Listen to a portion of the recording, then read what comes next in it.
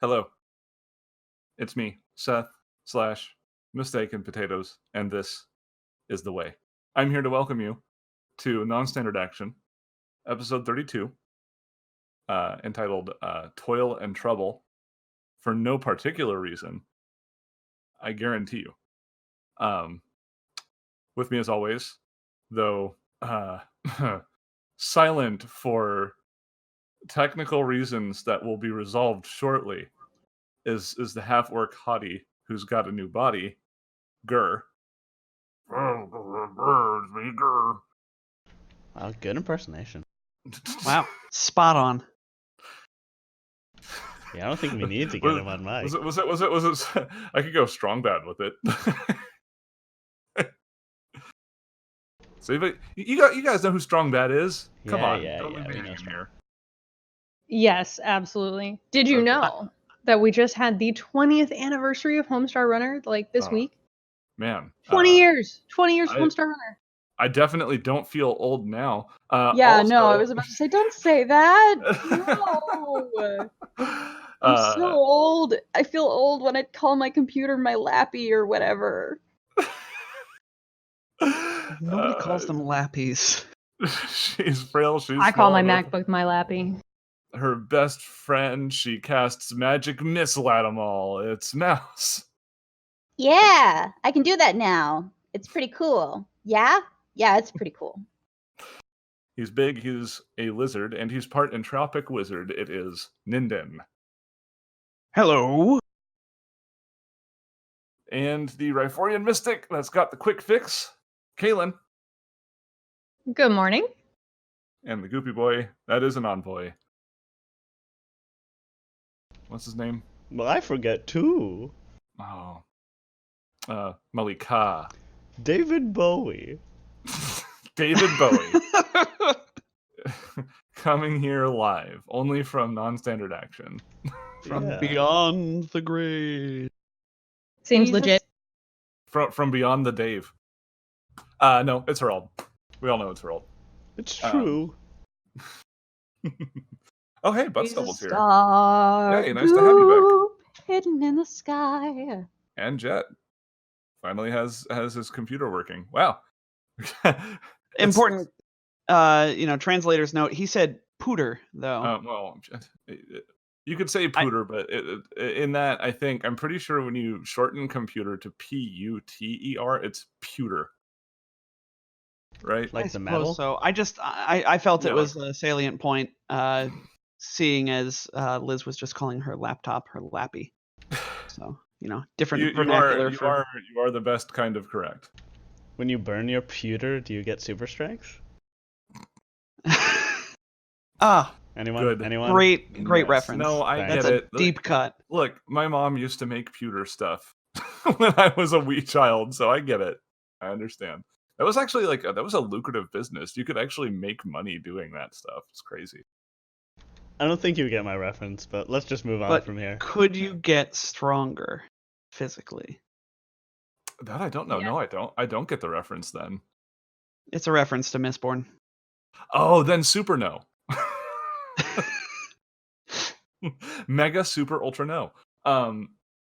Yeah. Welcome everybody. I hope you had a good week. Happy New Year, everyone. First episode of 2020. Woo! 2020. It's a great name. It's a great year to say. Honestly, all the years from now on until we die are going to be greater to say than all of the first 20 years of the 2000s. Oh yeah, like 2001 is just very clunky. But 2021, Yeah, 2021, 2031, being almost the same amount of 2035, syllables 2080, is very like they're all satisfying. great. These are some miserable 20 years. I have an update for everybody who's not paying attention to the chat directly. We're apparently everybody is Judy's favorite currently. That's right. Oh, it's a new competition. Hi, Judy. It's not a competition. You have to become the more favorite. The more favorite. I mean, everybody knows that I'm the more favorite, so it's not really a alright. competition. Okay. No, I was gonna talk about a thing. So I normally I reserve this kind of thing for like the mid episode chat session or like the end of the episode, but since we are allowing our dear friend Leaf some time to move to his computational unit, I have a couple things I'd like to share going on in my realm. Um, First being that if all goes according to plan, the first episode of the new Star Wars thing I'm going to be on, the TTRPG show on Dark Galaxies Gaming, should be next Sunday if everything goes according to plan. There might be a delay, so we're kind of waiting on art related stuff, but it should be Sunday, which is the 13th of January, which coincidentally I think it might be the airing of episode 0 of Cosmic Crit's new season at the same time. Ooh. Yeah. Where they just like they talk about character stuff. Also, I am me personally, I am, speaking of art, open for commissions. So if you are interested in getting some character art done, I will do sketches for around 30, some lines with flats for around 50, and fully rendered, like shaded and highlighted and with effects and all that jazz for about 80. This is all in US dollars, of course, because I'm a filthy Yank and I don't know another way to calculate money. So You mean you're a red-blooded American? I'm definitely not that. America. I'm like Did I make it? Am I? oh, am hey. I? Hey, look, it's Strong Bad, everyone. It's Hi, Strong Bad. Strong bad. email. The email. Oh my. Now we can have a late let's switch not. rave. Oh my god. But yeah, if you're interested in a commission, follow me on Twitter at Mistaken Potates, or in our Discord. You can find all this stuff down below in the doobly doo. I hear people refer to it as. That's the first time I've used doobly doo though. So Is that I'm trying. the proper name? I don't know. Like I hear people saying it, so like any good human, I assume that that's the correct thing to say Oh, Must be true. gosh. without I've never doing heard any of research into it. doodly-doo. After this new update to YouTube, you can now incorporate video clips into the doobly doo below your video on YouTube. It's like Yes. Oh, you're talking about the description. right. All right, Doobly-doo. I'm here. Yeah, I'm the caught up. doobly doo. Yeah, the doobly doo. Come on, Matt, get with the program. All right. Well, What were I've you never born heard this last before. Thursdays? I think that's the most I've talked uninterrupted. That doesn't involve me describing a room. Leaf is here, Sounds so about right. we have the option of just getting back into it, or if you have other We have stuff. an announcement. Oh yeah, you're right. We have an announcement. It's a new year, Mm-hmm. and our contest is done. We can tell everybody who won. You want to tell everybody who won, or should I do it? Should we wait until the intermission? Or... Is it the person that we thought was gonna win the whole time? Yes. It is the person we thought. It was the first person to enter won. Crow Can I correctly. do it? Oh, okay. Go You ahead. want to? No, I'm it's too sorry, late. It's No. already been revealed. No. Too late. It's cool. Crow And got worse yet, we talked over it.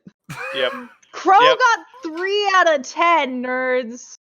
Listen, Crow, you and me got to talk because you guessed me exactly correct, and I am not entirely unconvinced that you haven't hacked my computer. So, buddy, let's have a chat.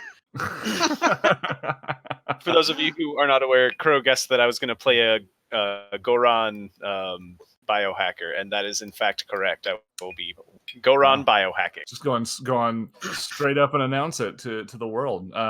Yeah, I have been waiting. I guess that'll be our first reveal. Everyone else, go ahead and feel free All to been keep your waiting. secret for now. But yeah, so we will have a Goron biohacker on the next series. Let's see. I Did want to spoil. I want to spoil. I'm keeping Um, mine secret. You're gonna keep your secret. Let's wait because I haven't even done the art yet. You know, like This is also, you know what? This is like that scene in Big Fish where Ewan McGregor's character is working at the carnival for the weird guy, and he's giving him little tidbits about his true love, who he saw across the carnival and decided that he was in love with. And he shows up and he gets a tidbit every single day. has anybody seen this movie? I tried to watch it, but I was way too Big young. Fish is so good. It's a great movie. I was way too young. I was so bored. The stage production is awesome as well. Like there's a musical. I mean, there's a musical version of it, which is wonderful. Right. So Yeah, I've what this definitely seen it. means, what this means for Crow is that he's going to receive gift dollars at the Paizo store. So I will get with him on that, and we will discuss this reward summarily. We're friends, so I have many channels with which I can contact Crow. We're good. I did have Nick, since you were kind of the arbiter of this whole thing. Jet would like to know how many that he got correct. Oh, Jet. I'm sorry. I don't think you got any. Not no. a one. You were very close on Simon's, though. Spathany was a very common guess for Simon. I wonder why. He likes weird amorphous blobs. He thought about it, but he didn't do it. Yeah, we'll say that. Yeah, that's one way to put it. Hey, Starfinder. So we've almost hit the 15-minute mark. I think that by union laws, I think that means that we have to start. Yeah, the preamble has to stop at 15. Like if it goes to 15, it's gotta stop. Yeah, I'm pretty sure we need to get in an allotted 15 though, otherwise we get in trouble with the union. So like, oh no, you're right. very Yeah, they've got a insensitive- stopwatch going right now. Gosh. All right, It's got to be exactly 15. No more, no less. I will take up the end of the preamble. I will take up the end of the preamble by kind of doing a summary of what happened last time. So, That's a good one. Yeah. What happened was not a lot, honestly, in terms of roleplay, because high-level Starfinder combat takes way too long, and they got in a real big fight. But essentially what happened was the heroes were in a jail, like the brig area of the Crucible, which is a fortress in the middle of the sun, currently being occupied by a fleet and being used to tether the far portal in order to allow their forces to come through. They were in the brig and had just freed a Lashunta, who identified himself as Major Astino from Asana Town back on the archipelago. And they also found, I'm going to say her name is Greta, I forget though. Hazel. I got Greta on the brain. Yeah, I was going to say, where'd you get Greta from? Yeah. Hansel and Gretel. Yeah, I don't know. There's like Hazel, a weird, Hansel. many things were we're doing a cross section in my brain. Anyway, they found Hazel, who is Rickard's wife, that he lost on the Afridi vessel when he was rescued by the Sun Angel that they found on the way in. There's a lot of stuff going on. Either way, they found 2 prisoners, saved them. They've now gone back to the Sundiver as far as they know. And they made their way into a central chamber with a massive elevator. They didn't really have a lot of time to look around, however, because they immediately confronted, looking at Mouse, 2 security robots who were standing in front of it, which got the you attention. can't win them all. Which got the attention of some of the guards in the crew barracks over on the eastern side of the facility, and fighting with them got the attention of even more of the crew. There was a massive melee ensued, and I think only Gur got much of a thrashing. Everyone else seems to have come out mostly okay. Gur's pretty thrashed, yeah. And that's basically where we left off. So what happened last was in this lounge here, Kalen had summoned a big pile of umbral tentacles which separated an Ifrit mercenary or crew member down the hallway from the rest of his team. And after he saw all of them get killed, including the two salamander cadets that were in the room, he just ran into a doorway in the northeast. I will mark this for the audience. Yeah, that that's is what I watching thought in it a was. visual way. Oh God, he And that's did where we run, are. didn't he? There are technically still tentacles in the way, but I don't know if Kaylin can unsummon those if she wants to or not. That's a good question. I mean, they fade in less than a minute, so. Right. But Gur wants to run through them now to go. Yeah, catch that's a long time in combat time. Yeah. In combat time, yes. In checking on your friends and making sure everyone's still alive, it's not very much time. I suppose. But he running. He run in. He run. Gur, you took quite a beating. Are you all right? Don't worry about me. We've got something else to take care of. And Gur's gonna try and find a way through these tentacles, actually. Yeah, Ninden will just sort of wade through them. Sorry, what are we trying to take care of? I lost track. Oh, yeah, there's a lot. Captain, there's a one of the bad Ifrit. guys. One of the Ifrit got through this door over here, and he points way across at the end of the hallway. And we don't want him to raise more of an alarm, if that is even possible.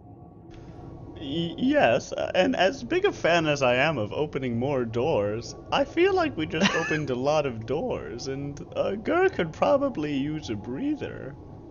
I'm looking on my little screen over here, my little captain screen, and it says he has no stamina and like half hit points. Don't worry about me, Captain. I can take care of myself. And Gur uses his channel heal and heals up that HP damage at least. Yeah, but not the blue bar. Look, I feel pretty confident that if he's raising an alarm, he has done so already. I don't think subterfuge isn't really our bag, you know? Well, certainly not yours, Captain. And I say that with all possible affection in my little mousy heart. This by the gnome who initiated the combat by failing to hack one of the robots. Look, you can't win them all, okay? You miss 100% of the rolls that you don't take. Also, Kaylin, can I use my Scooty shoes on those tentacles, or are they gonna get into my mind? Just give it like 30 seconds and they'll be gone. 30 seconds is so long! It already happened. They're gone. See? Oh. Yeah, so after enough time passes, Gur, using his newfound healing capabilities, still relatively newfound, at least, he hasn't been able to do it for most of his life, but the tentacles do indeed fade, allowing you the ability to traverse. I would like to remind that all of the reinforcements that did come out of the hallway did come out of these doors that you would be approaching on the eastern side. Okay, so where I'm pinging right now, very far east. Yeah, those three sets of doors on the eastern side of this hall. I'm just saying that maybe we should take a 10-minute break, cause Gur? I suppose it might not be a bad idea. Aren't we on kind of a time crunch? And I tap my wrist where I don't actually have a watch. The captain makes a good point in that if there's an alarm to be raised, we probably raised it when we just got swarmed with a whole bunch of enemies anyway. Yeah, we've probably raised like 3 alarms.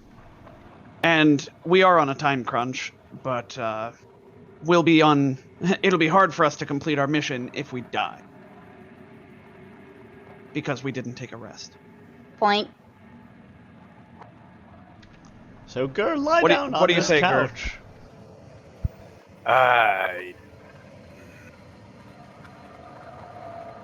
Fine, very well. You have convinced me. And Gur comes back and lays down for a 10-minute rest. No. He's standing right near the couch, and like Mouse gives him a little push, and he just topples over onto it. Okay. So, the decision is to try to do a 10-minute rest. I don't like the Yes. language there, friend. Against Gur's better judgment, yes. Okay. Better clear that stamina bar. Can You saw. I get perception checks? Please. And you get a perception Can you? check. I don't know. Does 38 do it? I hope 38 does it. Yeah. These people So- aren't trying to be particularly stealthy. As you settle down for the first couple minutes of your break to try and recuperate, you do hear doors from the west opening, and you hear a pair of footsteps coming your direction. Gur gets up and prepares an attack at this corner with his blast weapon. Yeah, Herald sighs heavily and says, "Alright, places everyone for the next showing." Appearing in the doorway, there are two Ifrit, and you recognize that they are wearing officer uniforms, much like the one that you saw in the brig in the interrogation room. They kind of walk into the lounge, and is anybody like attempting to hide, or is everybody just kind of like looking at the door and pointing their guns? Oh, you said west. Yeah, the western. Yeah. Oh, you said west. Okay. I would have, taken I up thought this you- position. I thought you said west. West. I What might kind have of compass said. you I reading, might have boy? said east. So much. Either way. No, Ninden isn't particularly stealthy. I mean, he would be like sitting around the not literally sitting, but around the corner. He's not just standing out in the middle of the floor right here. Right. But he's got his hammer in hands and ready to go. They kind of- Herald, being bad at his job, doesn't try to lie to them about anything. When they walk up, they see Ninden first because they approached from the northern side of the door, and they already have. They don't have their weapons drawn, but they look suspicious already, and they just kind of immediately like reach for their sidearms and pull them. So we're gonna go ahead and go right back into combat. All right. So, technical question: did I get some sort of, or did any of us get any sort of, the surprise round? There we go. If we had been acting stealthy, I think we could have, but We can is try that and do how this. that We can try and do this preemptively. I don't think that Ninden is going to have a surprise round, but if Oh anybody my would like God. to roll a surprise check, sorry, a That stealth was- check. that was not in Yeah. regards to Seth's statement. That was I rolled a nat 1 on initiative. Yeah. I was not surprised that I don't get a surprise Not- round. Not like that's a problem. Simon rolled a 14, so that's congratulations. Mouse Oh, rolled a that's right, we're natural battle suit. mind. Natural That two. said, From Mouse, yeah. I don't. I mean, if I need to have been stealthing for a surprise round, I wasn't stealthing. I was just trying to ready a shot. Gotcha. So we can just say Gur has his cannon out, manifested. Okay, and he was just ready to shoot. Yep. Okay. Let me see here. Mind thrust some folk. I've got to move more health bars to other rooms. Ooh, I like this music. I'm just like the pile of stats I'm looking at here. Crazy. Let's see here. For the record, I do not like that at all. Well, I mean, all the stats in terms of like combat, we're not seeing anything new or different here. I just mean like the health bars. Like they're all in one room now because they all moved to one room because of all of the attention that's been called to it. So it's just this line of mostly a lot of zeros because a lot of them are dead now, but they're all in this room. Oh, did you put them on the GM layer? No. In my notes. Oh, I see. Like I have like room notes for every room, and I have like health bars for people who are supposed to be in certain rooms, and they're not in those rooms anymore. So, all right.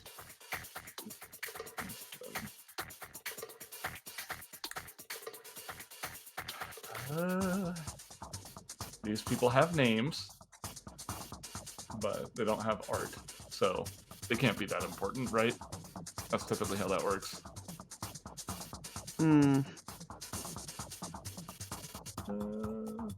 If they don't have art, I gets to kill them. They don't have anything important to say. Let's see here. And then finally... Sorry, I was too busy doing stuff in other ways. I wasn't ready to have all this. Our friend the Ifrit, back on the turn order again. Back on the turn order again. So Gur was ready to shoot around corner upon seeing people. Yes. Okay. Normally I would be like, you didn't say that before, but that's fine. Go ahead and resolve your attack roll. Oh, well, I had mentioned that, he was setting up a shot down the hallway. So let's... You can't see it, but thumbs up. Ah! I clicked the wrong button. I rolled a 5, though, so we'll just say we missed. So, yeah, what's the bonus with the cannon? That's right. It's going to be 2 less, but I get to roll attacks for both. Uh-huh. So... 22 to hit Blue Boy. Okay. Against EAC? EAC, yes. Okay. That will be a hit against that person. Woo.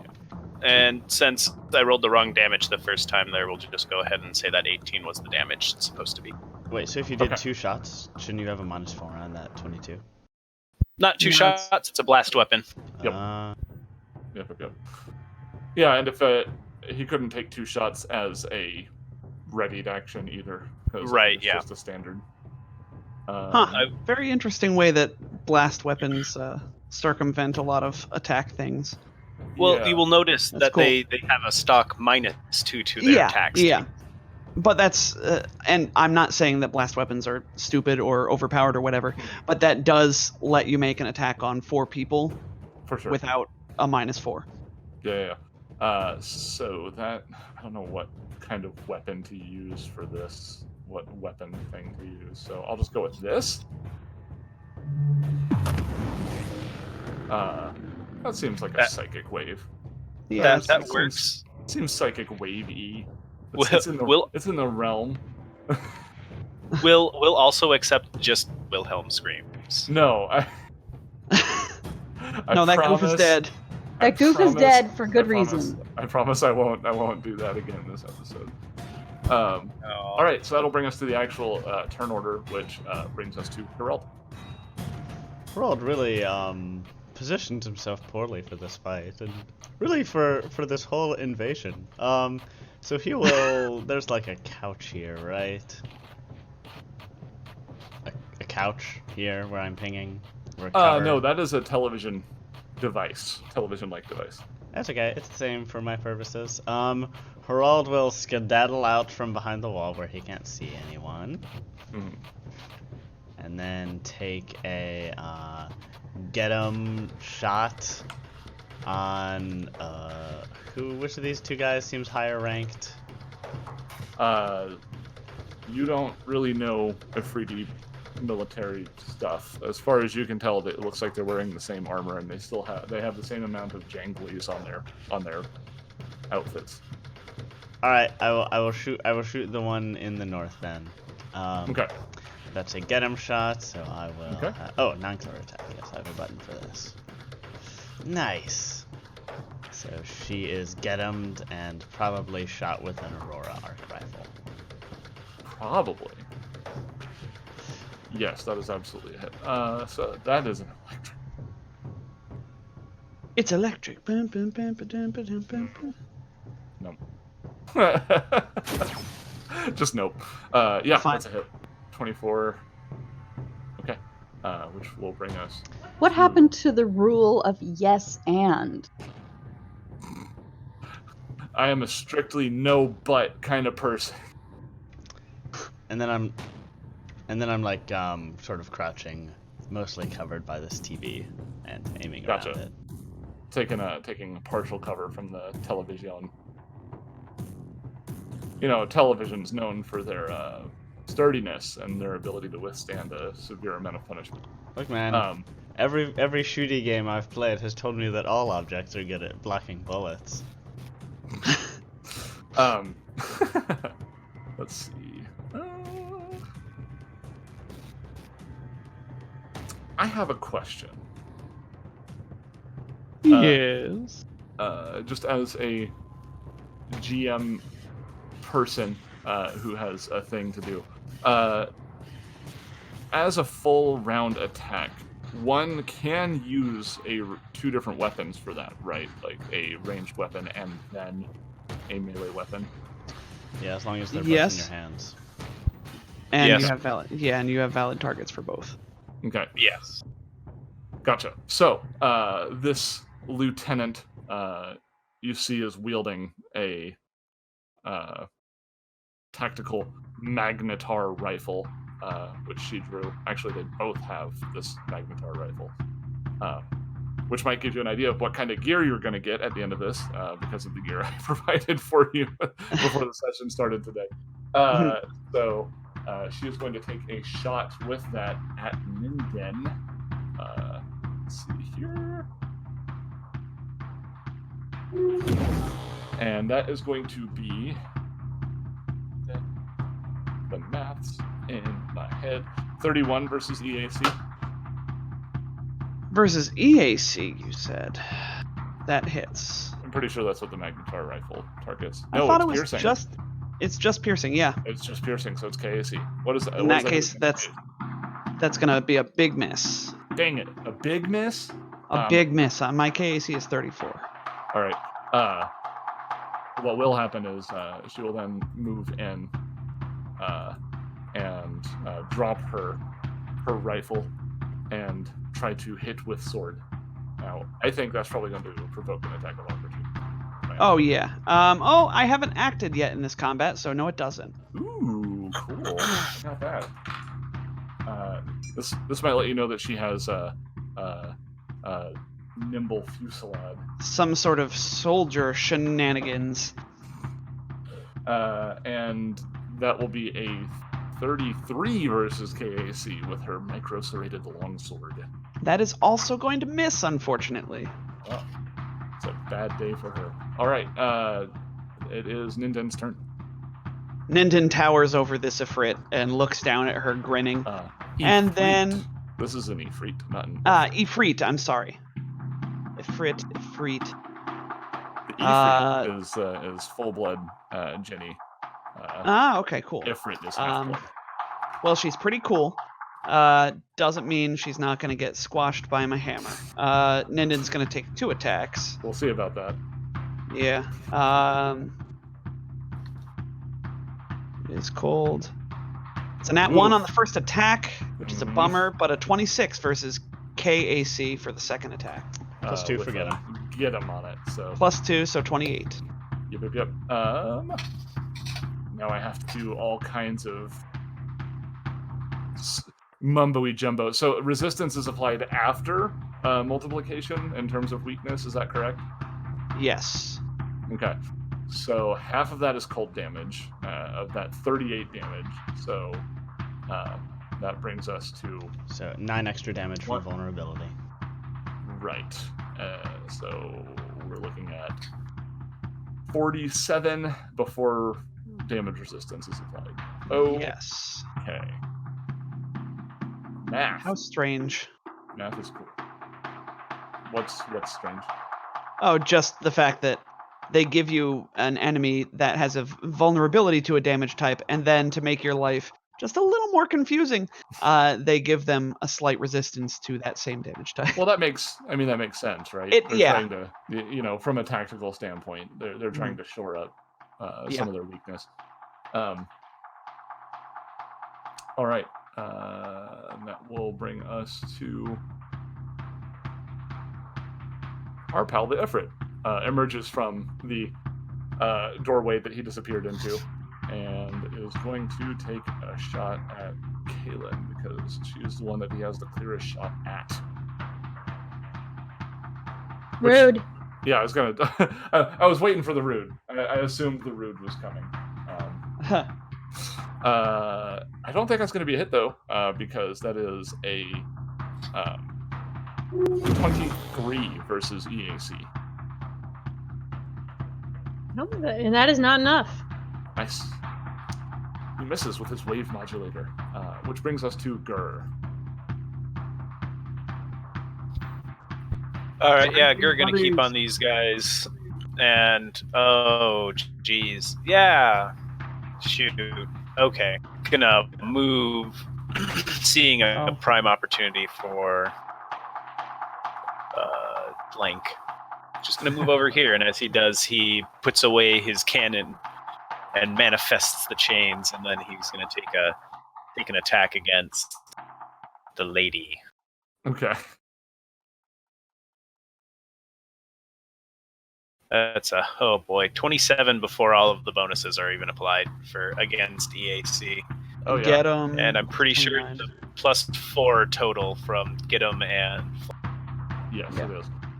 So, Okay. yeah, And that's- 31 to hit EAC. Got it. Let's see here.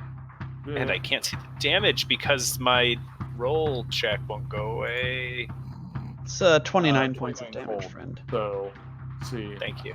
Adding 14 to that, I believe, for vulnerability, Uh huh. which 32, Yeah. 42. Okay, before reducing it. Math in the morning. Why do we do this show in the morning? Like, honestly, like. Because it was the only time that worked for us. That's true. Strewn across the country. Yeah. We are a splintered folk. Scattered to the four winds. Mm-hmm. Yes. So what will happen here is this gentleman will try to evade your attacks, but I assume that you have reach with this chain weapon, Gur. I do. So yeah, he tries to step around, but I imagine gets clocked. Yeah, we'll whip Or my possibly. chains back and forth. That's 28 to hit. Goodness, no, it's not possibly. That is absolutely a hit. Let's see here. He whips his chains back and forth. Let's Yeah, for 25 damage. Let's see. And that's with 3 ones. Yeah, Very consistent Is that chains. really? I should Yeah. have vetted your guys' weapon choices because these are crazy. Let's see. Those are Nasanoi, man. They have some good stuff. Apparently so. Now he is going to try to hit Gur with his own weapon. Bring it on. Okay. He brought it on. I think that's a 40 against KAC. Let me double check. Oh my god. Let me double check, but I'm pretty sure. What? The number to beat is 30 right now for KAC. No, I'm sorry. It wasn't 40. It's 38 versus KAC. Only 38. Okay, cool. Well, only definitely hits then. Yes, please, he's bringing it on. Bring it on. Ow, okay. Jeez. Okay. All right, bring it off now. Bring it off. That's going to be 23 slashing damage, sir. All right. It's all Before right. any reduction. I only take 13 of that damage, and it's going to be good because 13's my lucky number. Things are coming up, grr. That's true. You have 13 etched on your for real skin. I do. On my for real skin. It is also on Gur's skin, just for thematic effect. Okay. His Gur skin. You know what? I'm going to move on from that. Hey, it's Mouse's turn. Yeah, before we go down, this isn't the Jackbox episode. That's true. Can be Got if we kids try watching. hard enough. Okay. Well, Mouse is going to take out her. Oh, let's just do the ultra cold ice carbine. And Queuing let's up. see. Cold weapon sound effect. From this perspective, can I see both people? Yeah, you could lead around the corner and shoot at the Cool. other guy. Then I'm gonna also target both of them. with twin targeting. Sure. Oh no, actually you can only use that ability against twins. Twin targeting. Yeah, he was Actually- red. Okay, and then she is going to shoot him Okay. With the ultra. Well, she's gonna shoot this lady here because she's closer. Also, your captain said to do it. Yeah. ultra cold ice carbine. Go.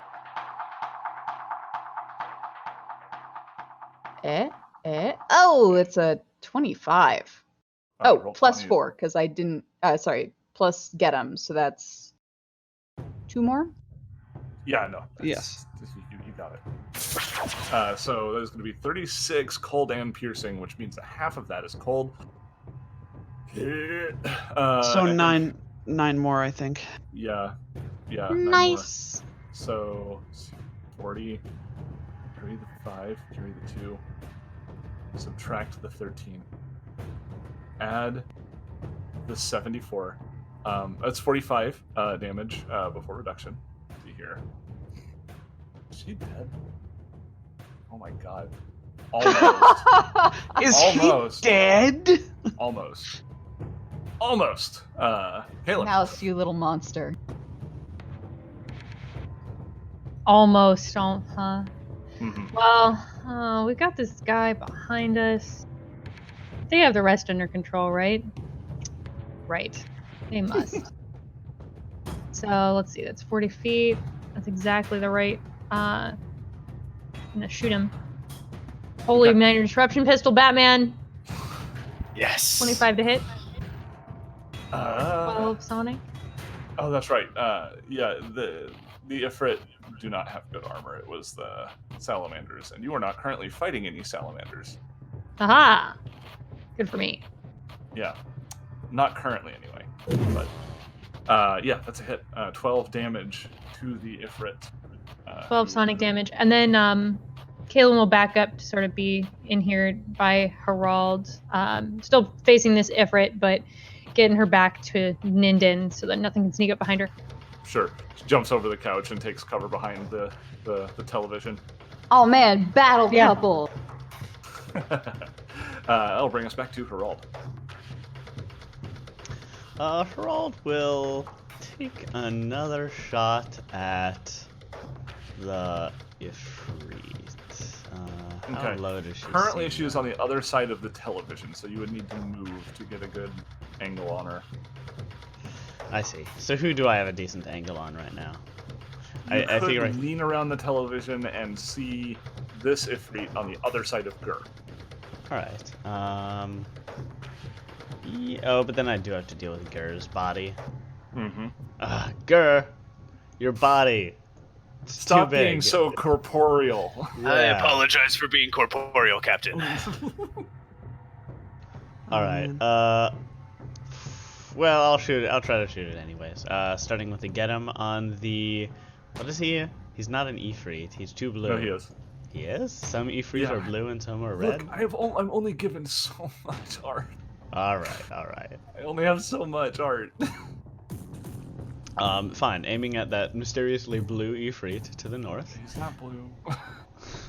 and shooting him with a clever attack.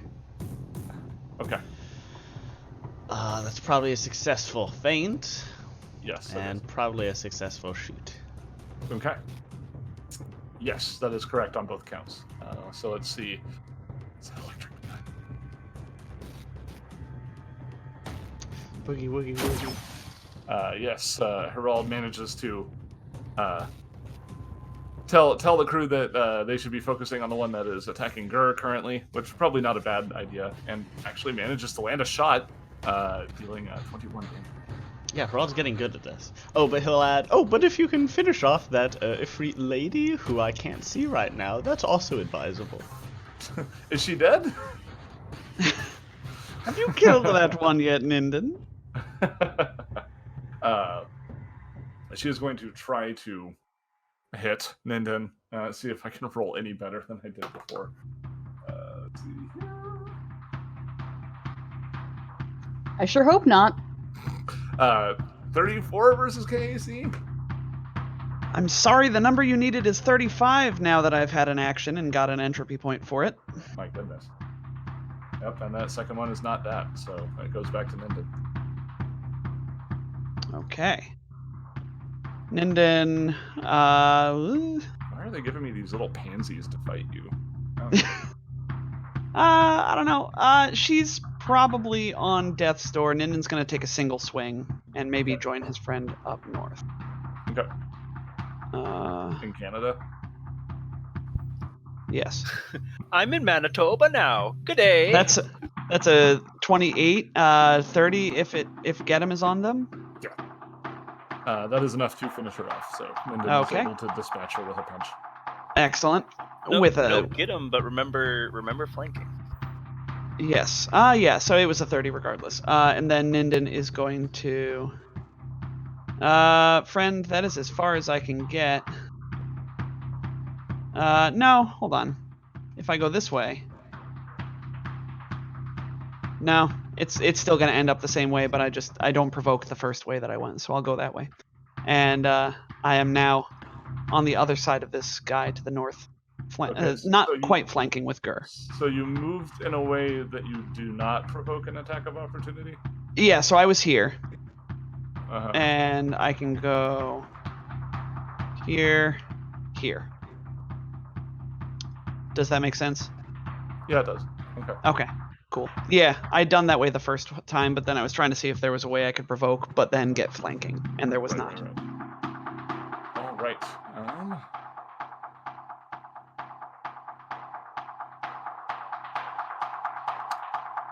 You don't have any of these things, do you? You sure don't.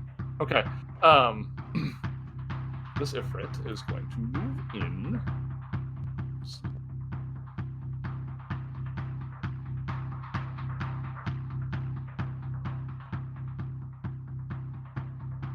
And he will take one more shot, this time at Herald, which might surprise Herald. It does. To be shot at. Don't you see that I'm behind the cover? I don't know how much cover you're behind right now. Oh, Maybe- from the guy in the east. Yeah, all right. Yeah, from the east. Not the west, the east. He takes a shot. I don't think it's going to hit. That is going to be. It's rolling really poorly. That's another 23 versus EAC. No, that does not hit Herald. Extremely low rolls from these guys. Bring us back to Gur. Oh, good. Gur's gonna actually do a thing.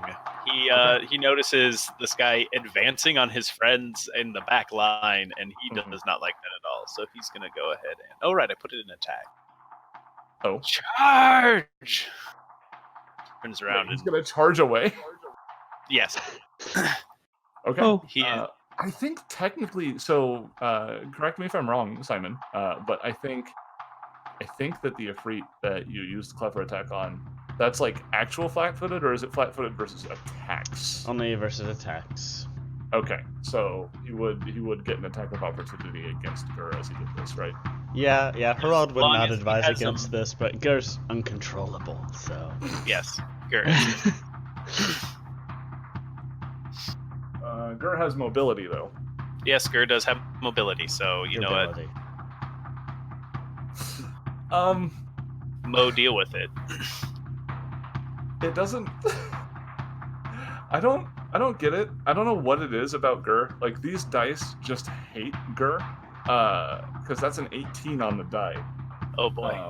Which will make that attack a 38 versus KAC. He got me. I can't bodyguard that. I can't bodyguard that. Okay, max damage on one of the die, but then below average on the other one, so Cool. kind of evens out a little bit. 27 slashing damage as you Cool. charge away from the Ifrit. Cool. And if I beat this guy's KAC by 8, I shove him back. Okay, the charge is that's the attack roll. Got it. Yes. It says range 30 feet to 20 feet. Is that an It's, error? yes. I just have to have moved 20 feet. It's double your move action. Yes. Is that right? Okay. Ifrit. What is your KAC? KAC is 22. Fuck. Nice. So No, you got it. You got it. You just got it Oh god, yeah, it was with a 30. So how much do you move him back? only 5 feet if I just make it. Just 5. Poof! Ah! he stumbles back. Did you say you have the Juggernaut boosters? Yes.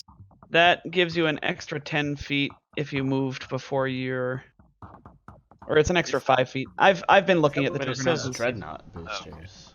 Yeah, he just Oh he yes, referred look to at it that. Knock. wrong. Target every type 5 feet plus 5 feet. For every You Did I- gain a +2 circumstance bonus to the check, and if the attack hits, you can move the target an additional 5 feet. Okay, I will change that in my descriptor. I did not word that properly, it looks like. So he moves 10 feet then. Okay, got it. Yeah, We'll just- he stumbles back after this. Anasan comes charging at him and sends him back up the stairway. But you do no damage.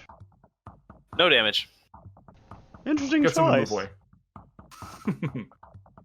Well, I have put myself between him and you, and that's what I wanted. And he has reach Oh, weapons, so oh if the guy good. The wants to person with engage- like 40 hit points is protecting the person with 140. Got it.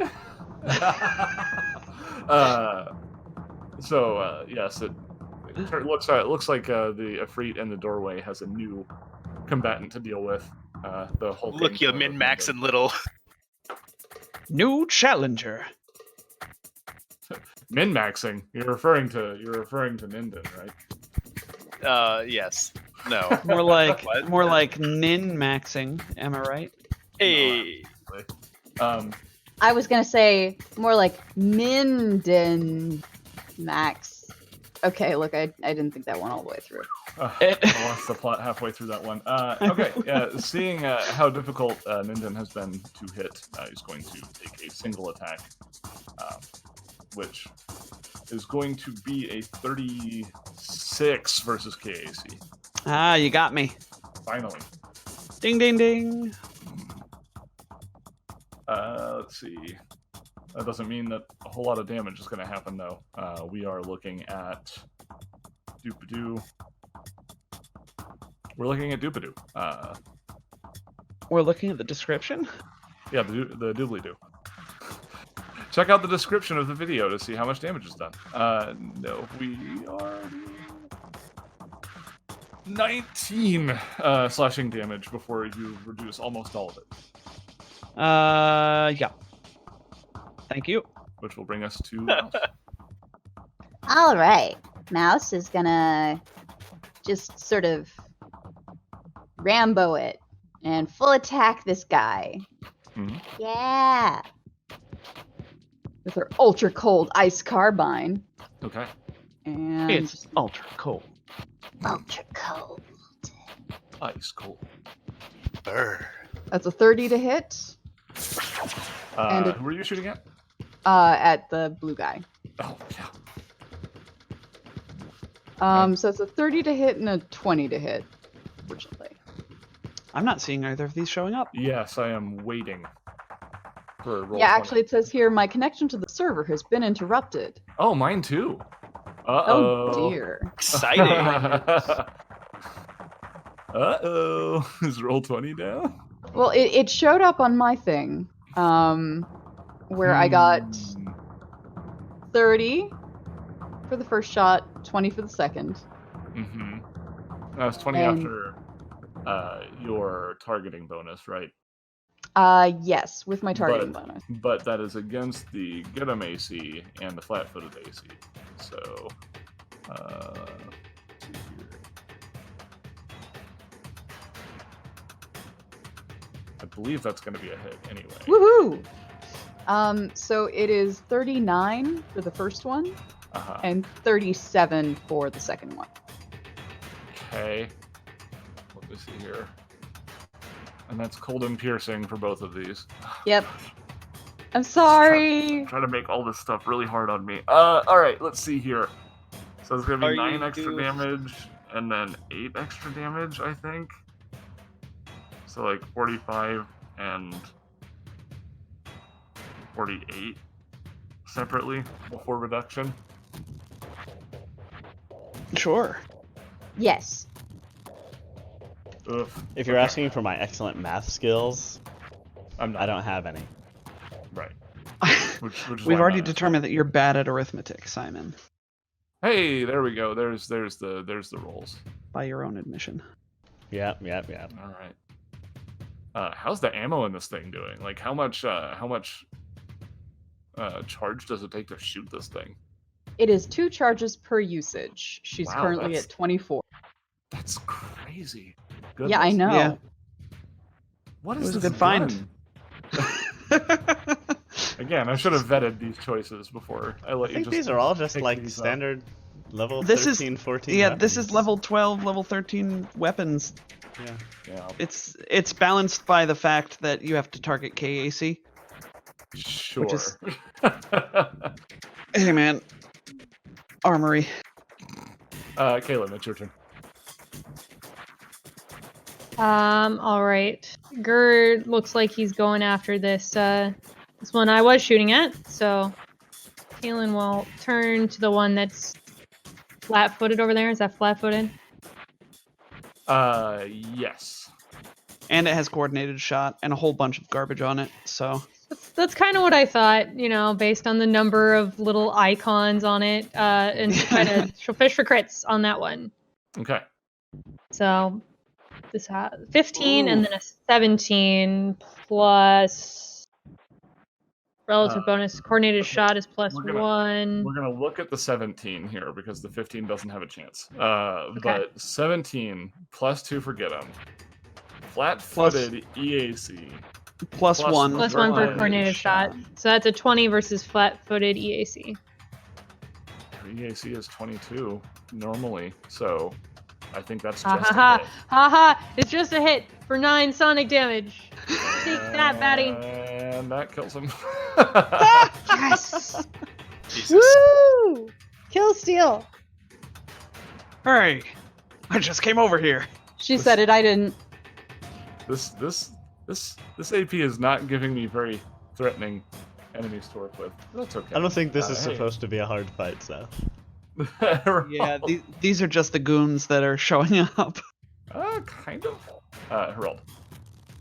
Herald will whirl around to the sole remaining combatant and, sort of not expecting him to say anything, just to remind him, this is your regularly scheduled reminder that we do accept surrender, but no one ever takes us up on it, and then shoots him. Wow. We offer surrender and then you shoot him. Well, look, we all know he's gonna say no. Offer surrender first. Shoot second. Okay. And is this a clever attack? Sure is. Okay. All attacks from Herald are clever, or get-em-y. So he what I gets mean. him and then clevers him, and so Okay. that's an adjusted 26 versus EAC. Yeah, it's a hit. For 20 that's- electric. 20 electric. Understood. You'd think I would remember where all these buttons are. There's a lot of feel buttons. like I have to read expect this nothing. That's probably best, honestly. Like that should be the subtitle of non-standard action. Like just underneath it, non-standard action. Expect nothing, And you then won't be that way- disappointed. Yeah. There you go. Ninden, it's your turn. All right. Ninden has 35 feet of movement. So he would like to fire his shoulder cannon at this Okay. guy. Because that's as far as he can get. So it is a 10-foot wide beam. Can I fire it in such a way that I don't hit my friend Kaylin? Oh, what square are you shooting it from? This one here. So I think I could. Do we have a 10-foot line? It's a wide beam, Graphic? right? But you can choose where the wideness Yeah, is. I can start. Yeah, I can choose where it starts. So even I could start it from this square here, and then have it extend out to this direction, Yeah. to my south. I think Can so. you do that? Yes. Where are wide beams? I feel like I haven't seen them in the rules. Wide line is a weapon property, and armory, I'm gonna guess at this page. Let's see. Wide So the way it's implemented line. is it's like a line weapon, except then you get to add an additional parallel line adjacent to it on either side of the like main line.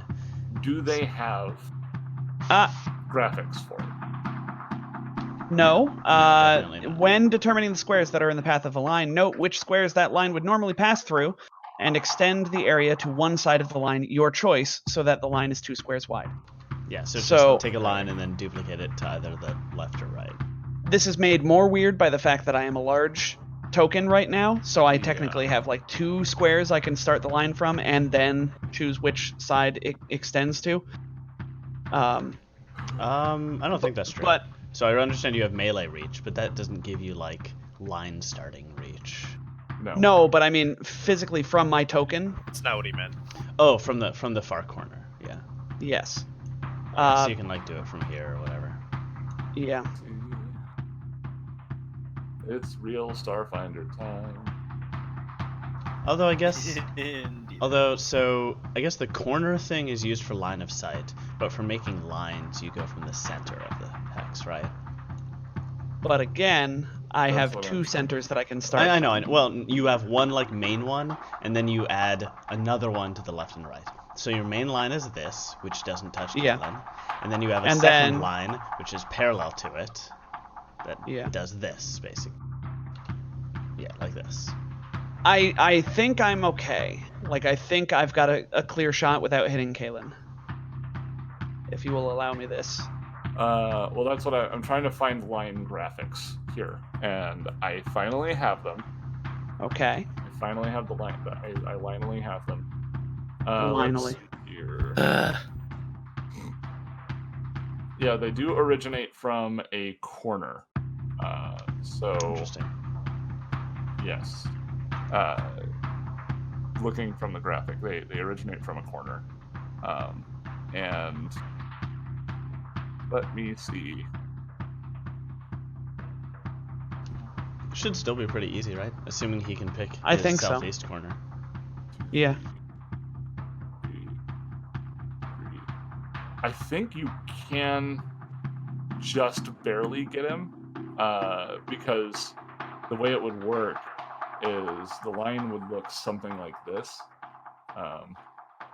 It would originate from like this corner here, and it would take a shape kind of like this.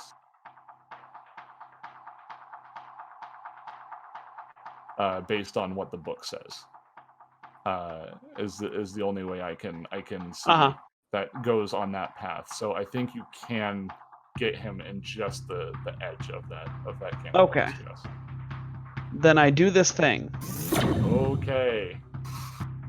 Um, Thank you for the turn. I'm going to make it electric and sonic, just for the fun. Wow. That's why I don't fire this cannon very often. That's a 23 to hit for only 14 points of damage if it does hit. It is deleted. EAC. Almost deleted Minden because I'm trying to get rid of this art on the freaking. Don't kill me. Out, damn spot. Out, Right. yeah.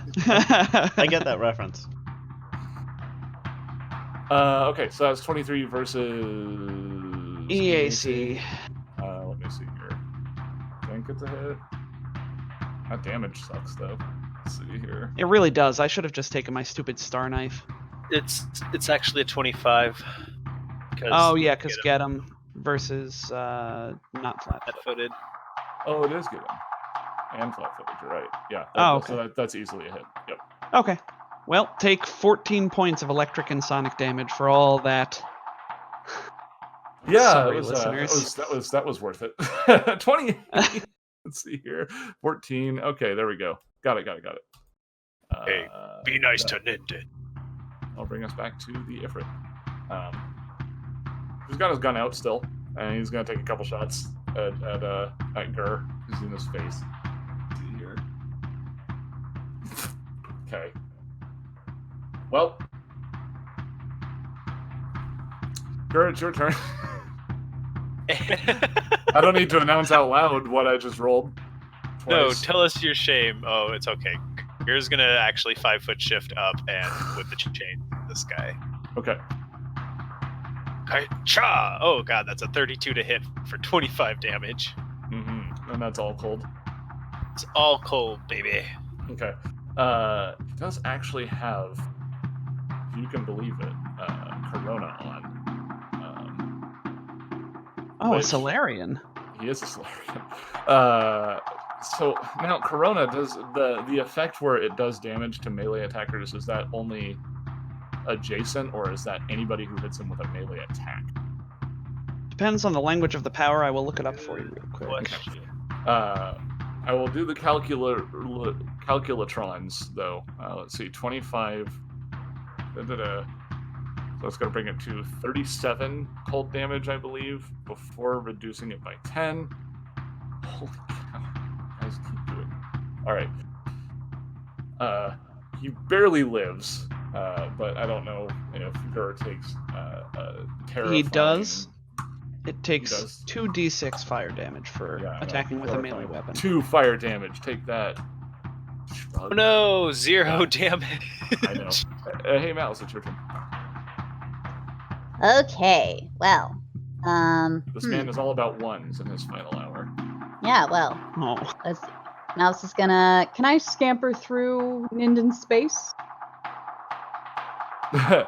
Yeah. I believe you can, yeah. You can Yeah, freely alright. move through ally space. You just can't Scamper, enter. scamper. You can walk like a normal gnome. No. Normal gnomes scamper. Yeah. I mean, we've got little feet.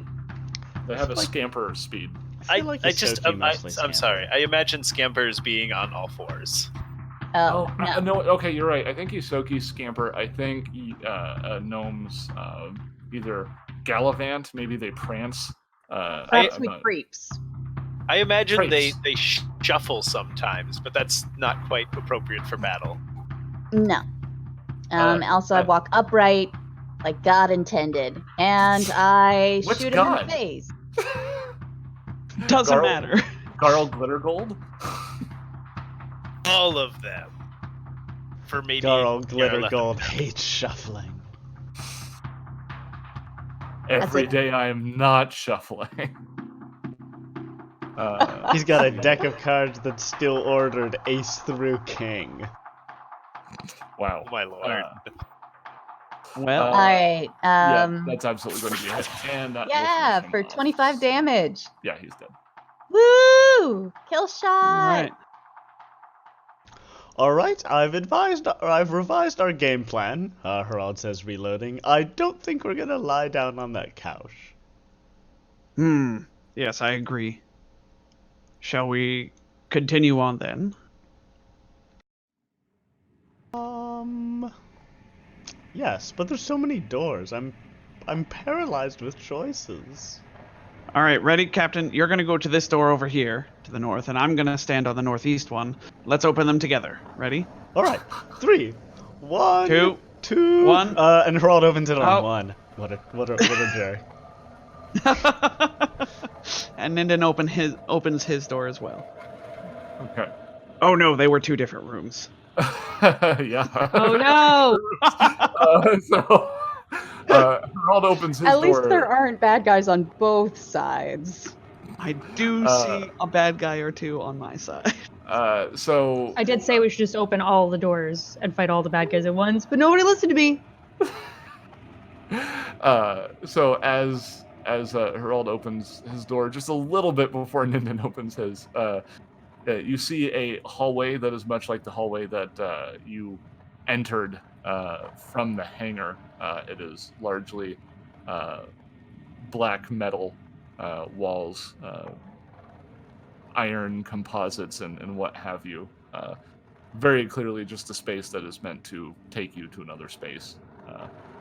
Ninden, you see a room that is full of pillows and low tables and desks. You think you've seen this kind of arrangement before in a salamander's sleeping quarters. And on the Breath of Embers, there was a one of the rooms. That We was fought more like a of little like fire creature. That was a hookah lounge. This Right. is more of a sleeping quarters. There are no VR headsets and what have you here. No pretty patterned teapots that Mm-mm. Herald can match the pattern of. Shame. No, actually, it would appear that whoever lives here is actually wanting of comforts. There's not a whole lot here. In fact, you see a bunch of weapons sitting on a table over to the east of this room. And do you step into the room, peer into the room? Yeah. Okay. Against the eastern wall, you see 2 of the softer scaled salamanders that have kind of a bluish tint to them, hiding behind the table. They have a small stack of pillows that they're trying to remain unseen behind. You They're know not those doing a pillows great aren't job. those pillows aren't very defensible. No, he's gonna kill us. Who's going to kill you? Why is Oh. he talking to us? Me? They Herald hears quickly voices and goes over. The one to the south quickly hits the button next to the door that they're standing next to, and they both run inside. Damn it. There were those 2 salamanders from before. I forget, did we... Nope. Okay. Nope, sorry. The token threw me off, that's all. Sorry. 2 different soft scale Gur checks his salamanders. boots. There's 2 dead salamanders in front of him. No, Oh, definitely God. not. Well, they looked, they seemed to be of the same classification, as it were. Ninden puts his word of the day calendar away.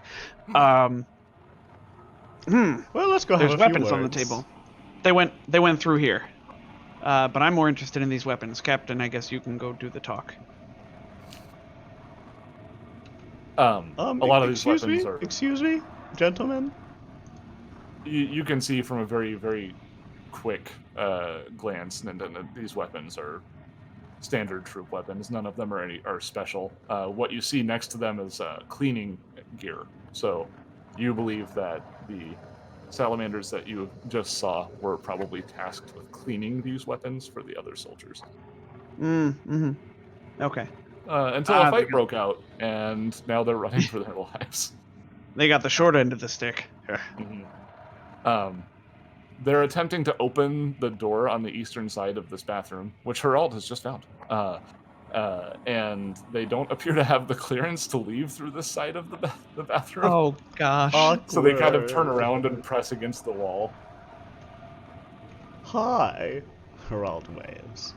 It's the sun divers. Oh, you know us. Well, we do know about the part where we accept surrenders and don't kill captives? Yeah, look, we know about that, but you don't know. You don't know about Kaim. He kills everyone who's not loyal. Well, you don't have any of those collars. So how is he gonna do that? They look at each other incredulously. It's like, you don't know what you're dealing with, do you? No, not even a little. We're just sort of playing it by the seat of our pants here. You're fighting the general of a god, Which god? the Malika. Pokes his head through the door. Malika. They said that, Captain. Oh, okay. Yeah. Okay, but still though. Well, let me think here. And do you think that he can reach you wherever you are?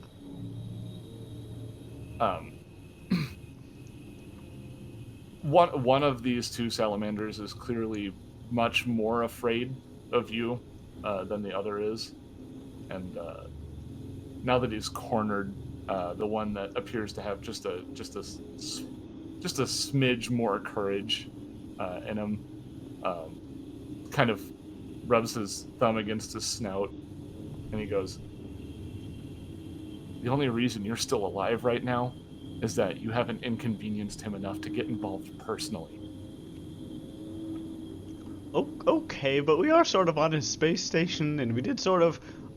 Look, okay, fine. I'm willing to take that for true. But I'm still curious about like what's happening here. And I'd like to ensure your safety.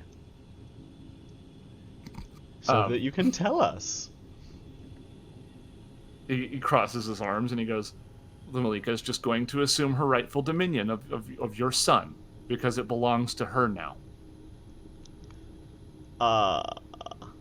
And why didn't it before?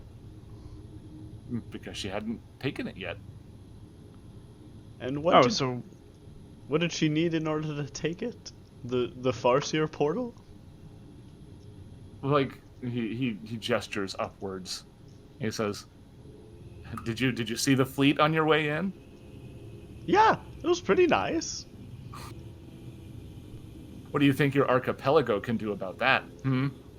Oh, nothing at all. But hasn't she always had that fleet? They kind of look at each other, and well, maybe not the whole thing. Her army has always been getting stronger. I see. So she's been slowly building her forces for what, centuries? Not slowly. She's quickly rising to power. She's very strong. Okay, but what She's a god. changed? I don't know. do you want me to do you want me to tell you about the whims of a god? We just do what she says. Why? Because she'll kill them, I imagine, or some such. Well, once you've given yourself and pledged service to the Malika, you get great riches. You get power for service. You were given the opportunity to come here to serve. This is a great honor for us. And I'm not going to let you take it away from me.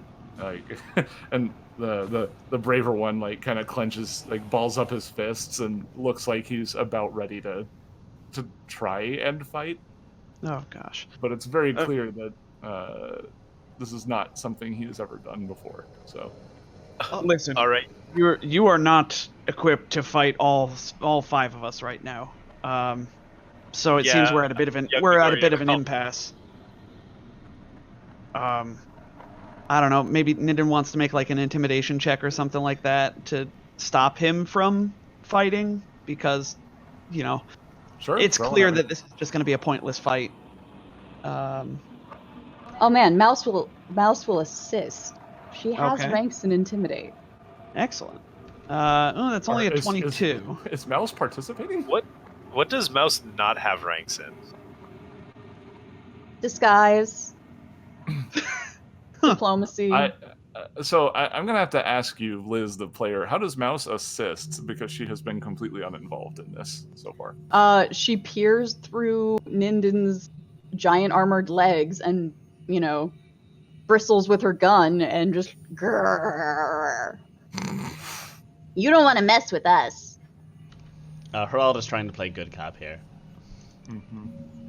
with a 31 diplomacy. I mean, honestly, you don't really need to even do the intimidate. Like, it's Okay. he understands that he's not going to win, but he's fighting for something he believes in, and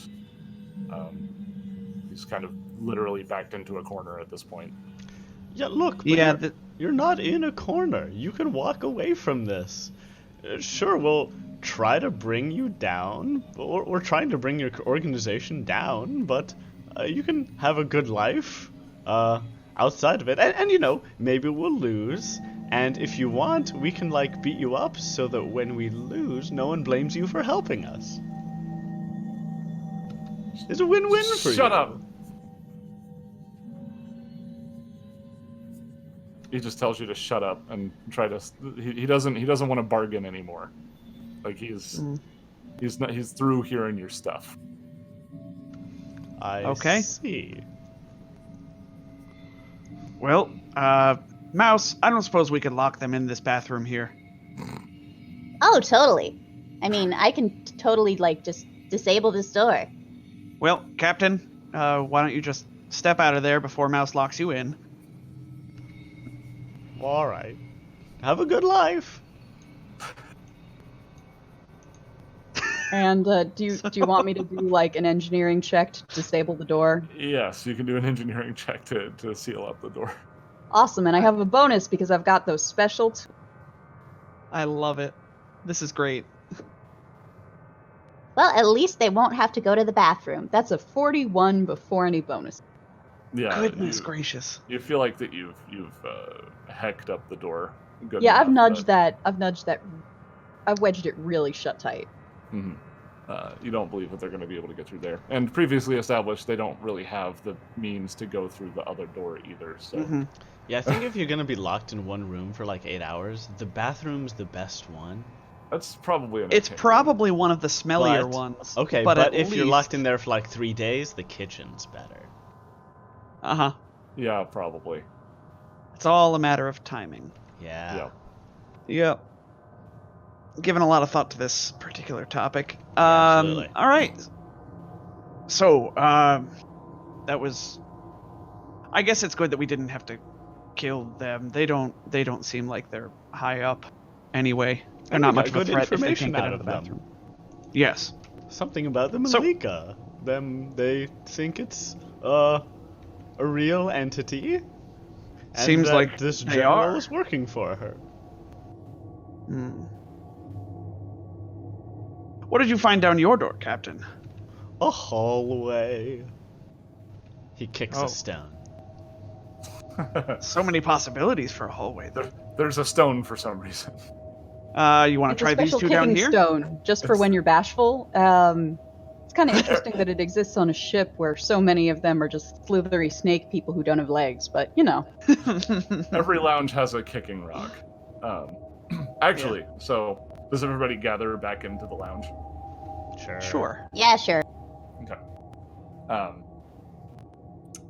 Because something actually happens.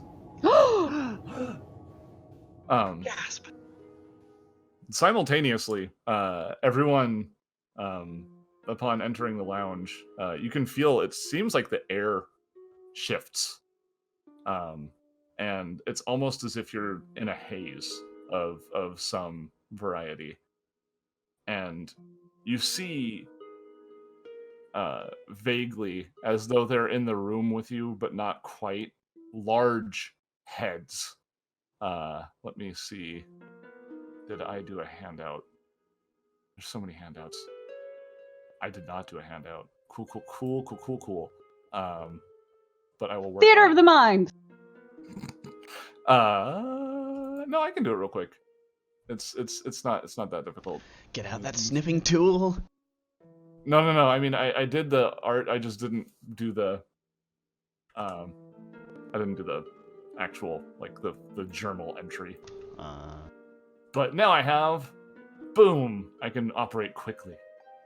Ooh. You see 3 women of a greenish pallor appear. They have green hair, and they are wearing black robes that have some sort of strange embellishment on them. Different colors. One's wearing green embroidery, another wearing more of a violet, another wearing something closer to a lavender. And you can hear their voices kind of slowly manifesting as they appear. The first thing you hear is one of them saying, "Ooh, they do look tasty," and another says, "Calm down, Nanite. We're reaching out to them for help." Hello? We're the Sun Divers. And you are? We know. We are the sisters. Well, I am Daughter Drift. This is Old Nanite, and this is Mother Maelstrom. We are hags that are imprisoned here on the crucible. How did that happen? It's a really long story, but you see what happened is I was captured long ago by General Kime, and through his false promises, he made me find a pair of other hags. She gestures at Old Maelstrom, Mother Maelstrom and Old Nanite, and says, and made us form a coven. Of course, this is under the promise of power. First off, I did not have my robes, and through the power of his wish, he granted me my robes, which I was, of course, thankful for. And while indebted, I did agree to find these 2, and we have formed a coven. And through our coven, we have forged what is called the Fivefold Cauldron. However, after we've done this, they have stolen our robes, and they have imprisoned us here, and forced us to use this cauldron to bring this far portal through this tether that we've created. I see. This is answering a lot of questions we had. However, We it's knew you causing would another have- question. We knew you'd have these questions. We've seen what has already transpired today, many months ago. Oh. I'm You gonna go out mentioned- there and ask the obvious question. You didn't see your own imprisonment coming? Rude. They you see Old Nanite kind of gets a bit of a sneer, and Mother Maelstrom chuckles condescendingly at that question. And Daughter Drift just kind of gets a little bit of a curl of a smirk at the corner of her lip, and she says, "You don't know much about divining with the future, No. Nope. No, I don't. This is obvious. Absolutely 0. You can't trust visions of the future, and if you speak of them, and if you rely on them, they tend to betray you. We are simply happy that this is what has transpired today." So you see a lot of futures and only one of them happens? That's correct. You mentioned a wish that General Kai gave earlier, but we're under the new impression that he's actually serving someone else? Malika herself? That's correct. The demi-goddess of the fire plane, yes. What is this wish, and how did he get it? And what did he wish for, aside from your, what was it, cloak? They laugh, and the Daughter Drift speaks up again. She says, "You've gotten this far, and you don't even know much about your enemy, do you? Well, just so you know, Ifrit have the ability, as Jinni, to grant wishes to anybody who is not also a Jinn. Oh, that seems really How good. strange. Why don't they just It's a pretty good species ability, honestly. It's probably why they're not a playable race. So why don't they all just like have humans they're friends with who like change the world for them? She seems incredulous about this, and she says, "Have you not noticed that the company that they have? You have not been fighting Ifrit for the most part. They have a way of convincing people to work for them." And she kind of passes a glance over her shoulder to both of her coven members. Well, what did he wish for when he was using those wishes? Wait, hold on, I'm confused. Isn't he an Ifrit? Kaim is an Ifrit, yes. So he gave them what they wanted in return for them constructing this 5-fold cauldron.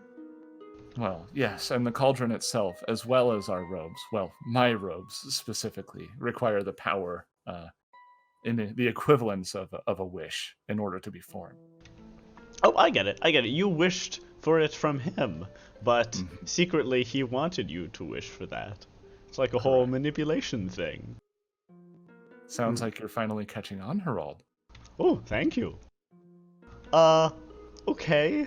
What is this? What does your cloak do? What does this cauldron do? Well, the cauldron would allow us to do a great many things, if we were able to use it for the things we would like to use it for, but being trapped here in the middle of the sun is a bit of an inconvenience, as you can imagine. It does allow us certain divination capabilities, and it is what is allowing us to speak to you now. Hey, However, Kaylin? Mouse whispers. Hey, Kaylin. Does this square up with anything you know about, hags hags and and whatnot. mysticky stuff? Sorry to bother. If you'd like to make a, Yeah, what do I mysticism know check. about hags and Let's stuff? see here. Do see what that roll Wow. is. That is Kaylin with the nat 20. literally rolled a natural 20 to recall Boom! knowledge. Drop the knowledge on us, man. Okay. Hags. Their social security numbers first, please. That's not how it works. Let's see here. We are dealing with They're a lot like Pathfinder hags, right? yeah. So Witches and hags and covens and all that. yes, your typical hag or coven, they are typically cruel, and they, I believe. See, I don't know a whole lot about hags myself, but I believe they have a tendency I to do. kind of Out of character. sure. So you probably know more than I do, but they have a tendency to uh, fool people, trick them, and then devour them. Like they eat people and their souls through various ways. Um, so it's difficult to say Track. if there's some deception happening here, but you do know that it does take 3 hags to form a coven, at least, and this gives them certain abilities that a hag on their own would not have, such as the clairvoyance and clairaudience that they are currently using. You know that they would have the ability to uh, reach out for certain spells like Call Cosmos or Gravitational Singularity, Interplanetary Teleport, that sort of thing. But Yeah, so as much like Pathfinder witches, they get more advanced abilities in groups. mhm. And Yeah. you know that they also have robes, which have the ability to release. They are void hags specifically, which these 3 are. Their robes have the ability to release the energy of the cosmos, to deal force damage and outline people. It also gives the ability to shift between planes and that sort of thing. So you think if they had their robes, they would probably be able to escape this place no problem. But as Drift has indicated, their robes have been taken by the Ifrit. Can't you just wish for them back? No, they would need a wish from General Kaim, right? Yes, we do not have the ability to grant wishes. But can't you wish for it from him? Does he have to grant wishes that are asked of him? Yes, he has to grant the wish, Herald. So why don't you do that? No, okay. As in, he has to do it willingly. Oh, he has to choose to. All right. Oh, Right. I was gonna say, wow, this boss fight's gonna be really easy then. We wish you would go away. I wish you would stop. you'd stop. I literally thought you were going to say, "We wish you a Merry Christmas." I legit thought that. And then he turns into Santa Claus. Yeah, we walk up, we wish him a Merry Christmas, and he just doesn't know how to respond, and he gets stuck in an infinite loop. It's like a solitary tear. We go to him and we say, wanted. General Kaim, we wish to bargain. And then we get on the infinite loop thing. Get out. With Get wishes. out. Yep. What's in it for us if we help you? Because hags are typically pretty scary. She smiles. You can see kind of a sharp edge to her teeth as she does. Which big deal. You have sharp teeth too. But you normally don't see that configuration on what appears to be a mostly humanoid face. Gur misses his teeth. She goes, I appreciate it, dearie. Well, if we were to get our robes back, then we could use our combined powers to free the fivefold cauldron, and we could return Far Portal back to its normal space, and then we could go about our business and leave you alone. Hmm. And Could you promise destroy Far not Portal? to eat us. I promise, little one.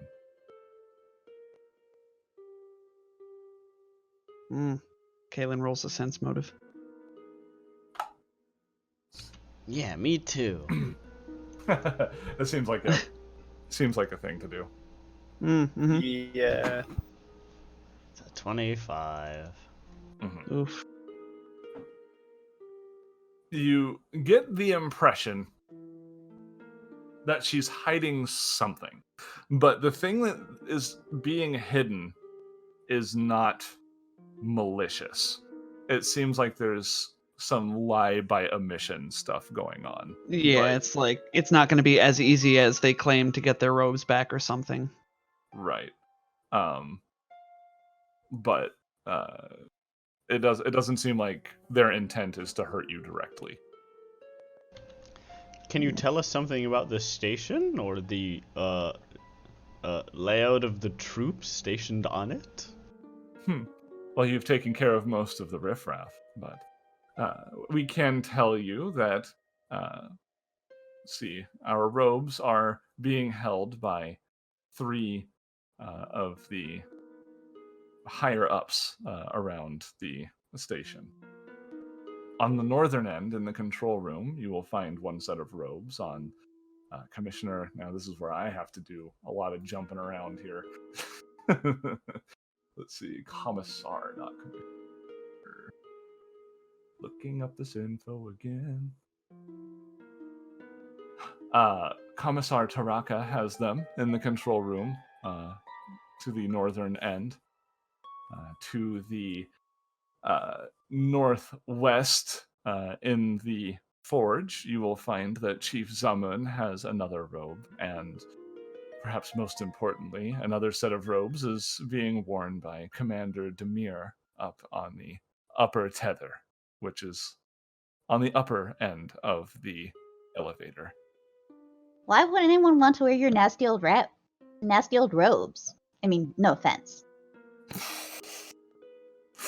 Mouse has apparently not learned the fact that just saying no offense does not stop what you said from Does not. being offensive. You get a couple of classic hag cackles, and Are you gonna try to make them, Seth? I don't think I can do a hag cackle. Just imagine the old lady from We the get a will end save? of Tribute, the music video from Jack Black and the others. Sure. No, it's not like a cackle attack from what Pathfinder, the witch class. Is that right? Hag cackle is a thing, man. You can't That just is say true. hags cackle. Yeah. You get it in a classic sense, not an attack sense. We'll say that. They laugh. They laugh in a very witchy way, but they don't even really seem to deign that with a response. Mouse. It looks like they're more interested in talking to the adults at that point. Rude. Also fair. Why would somebody want to wear your robes, though? Does it confer power? Or are they just trying to keep them from you? Old Nanite seems to lean in and very quietly says, "I told you they're useless. We should just eat them." And Mother Maelstrom shook her head and said, "We knew they were obtuse." And Drifts just calmly explains, "Yes, our robes are very powerful, and they confer certain abilities to those who wear them." Yes, obviously. And what are those abilities? Kaylin was able to recall a couple of their capabilities. I don't know if she shared them necessarily. I didn't get a chance to. Herald started talking again. That's true. She says, "Well, for one, it would allow us to escape this place. This is an No. ability that the Efreet already have, but they are taking this ability from us." But yeah, but that why doesn't would explain somebody why else they're... wear the robes? Oh, well, they would probably be more interested in the mundane benefits that it confers, such as the ability to harness the energies of the cosmos and direct it in a form of attack. Yeah, that sounds pretty neat.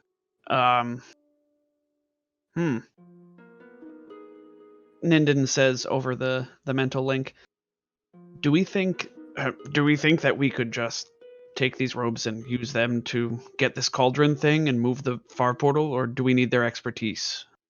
Kaylin, Telepathically, Kaylin says, "No, I doubt that we could. As a coven, their abilities are far beyond anything I could summon, even with Gur and Mouse's help." yeah, this is a very specific kind of magic. Like this is what they have done for their lives. Like this is Also, it's witch magic. It's weird. It's witch Yeah, magic. I mean, I'm a total magic noob.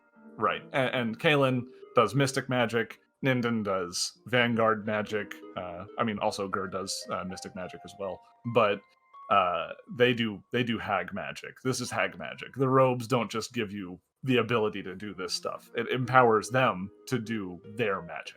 So they do Yeah, magic. we don't have that spell list. Yeah. Right. Nobody has that spell list. And while hags are generally not to be trusted, it sounds That's like what in this makes me case so they're concerned about this. Mm-hmm. yes, but it sounds like their motives align with ours in this case. And they can be powerful allies. Until they decide to turn on us. Yes, let's just be sure to However, keep an extra eye on them. we also don't want to make enemies of them. Gur, was that a joke about my one eye? It was actually a joke about my having 3 eyes, but I think we should have some fun with this now that I've realized that I have 3 and you have 1. Oh my god. All right. Thoughts are fast, but knock it off, you two. And still in the thought space. Sure, but even if they're evil, they don't seem quite as likely to attack the Burning Archipelago as the Malika group are. Yeah. of the two evils, they're probably the lesser in this specific case. Really, it's us Yes, picking so three we should- evils over 1-4, but sorry, what were you saying? I'm not going to finish that statement. And really, what's releasing a giant, all-encompassing evil out into the galaxy, right, Captain? Oh yeah, we've already done that a couple times. Alright, you've convinced me. Caitlin, you know that this is like hags. They're already out there in the universe. Like this is just another coven. I mean, it's something to say that, but like this is definitely not like elder god territory. Yeah, no, they're already on board with helping the witches. She's not going to bother correcting them anymore. Just let sleeping dogs lie. She's just going to let it play out. If it wasn't clear, Ninden was being very sarcastic about what he said to the captain. Oh, good. Just real quick while we're here, I'd like to point out that Crow had a follow-up for Mouse's question. Why are you disgusting? No offense. Yeah. My students will add no offense to sentences, and I try so hard to like make it clear to them, like, don't you realize that that's not helping anything? That doesn't actually. Does not do what you think it does. If you don't want to offend somebody, don't say the thing. This isn't saying. No offense is not a hall pass. Yeah. Oh, I like that. Yeah. But yeah. All right, well, so you've done your mental conferring, and something about the way that the hags look at you seems to indicate that they know that's what you're doing. I will turn to their faces floating in the middle of the room and say, alright, I think we're on board with this. So we get these 3 cloaks from these lieutenants and bring them to wherever you're jailed? Yes. What you'll need to do in order to get to the lower tether is you will need to obtain a Sikatite rod. It's a special control mechanism for the elevator that allows you to enter our chamber. You see, they weren't content just putting the simple biometric locks that you'll run into throughout this facility on our door. No, since we're so special and they want to make sure that we can't escape. You will need this rod in order to open the door. It is being held by Commander Demir, who is also wearing one of our robes. My Alright. hammer is made out of Sikatite. Could I just stick the handle in the lock? It's made of cold Sikatite. They probably have a hot Sikatite rod. It's like a key, dear. I don't think your hammer is like a key. I'm pretty sure that if you stick any metal rod inside of a keyhole, it'll open it. That's apparently what Ninden was implying. Yeah. I don't know. Can I just they put my said- hammer in it? They said Sikatite rod, That's not what he Sikatite said. key. Okay, so get the 3 cloaks, get the Sikatite rod from one of them. You mentioned biometric locks. Are we gonna run into those? Can we just, use some of these? And he gestures at the bodies strewn behind him. Gur goes to retrieve a hand. And yeah, without missing a beat, as though removing somebody's hand to use their body for some sort of purpose is something that you might even daydream about. She goes, "Oh, that should work just fine." Alright, that's the plan. Anybody in particular that we need Hags. to disarm? Oh, we don't need to Gur- disarm it. Just who is the most highest rank? Yeah, Gerd just looks for the highest number of insignia, whatever, most lines on their uniform. Pips. You're looking for the most pips. You believe that the ones wearing the fancy outfit would probably be a good bet. Alright, Harald turns into that one. And then takes their actual hand so you match their actual biometrics. He just presses his tentacle up against their hand and yeah, gets I their just fingers. look real closely and imitate carefully. Okay. If I know that won't work because I've been in this business for a long time, then sure, I can just put their meat in my You have meat. not been able to fool biometrics historically. Okay, then You yes. can look the part and you can sound the part, but you can't DNA the part. Got it. So yeah, so I imagine that Harald, he's a real nice guy, but he has no respect for like the meat, cause it's just a whole bunch of material to him. So sure, he'll like use grab some eyes and hands Oh, and add it to with his Gur- to with his Gur's mass. help, it sounds like.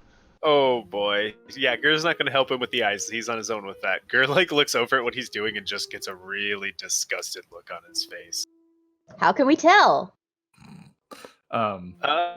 It's mentally can- projected in everybody's mind. That's true. You can tell. he's You can disgusting. definitely feel it, yeah. Between his Everybody with it. empathic stuff and like the Yeah. telepathic bond I've initiated between everyone. Yeah.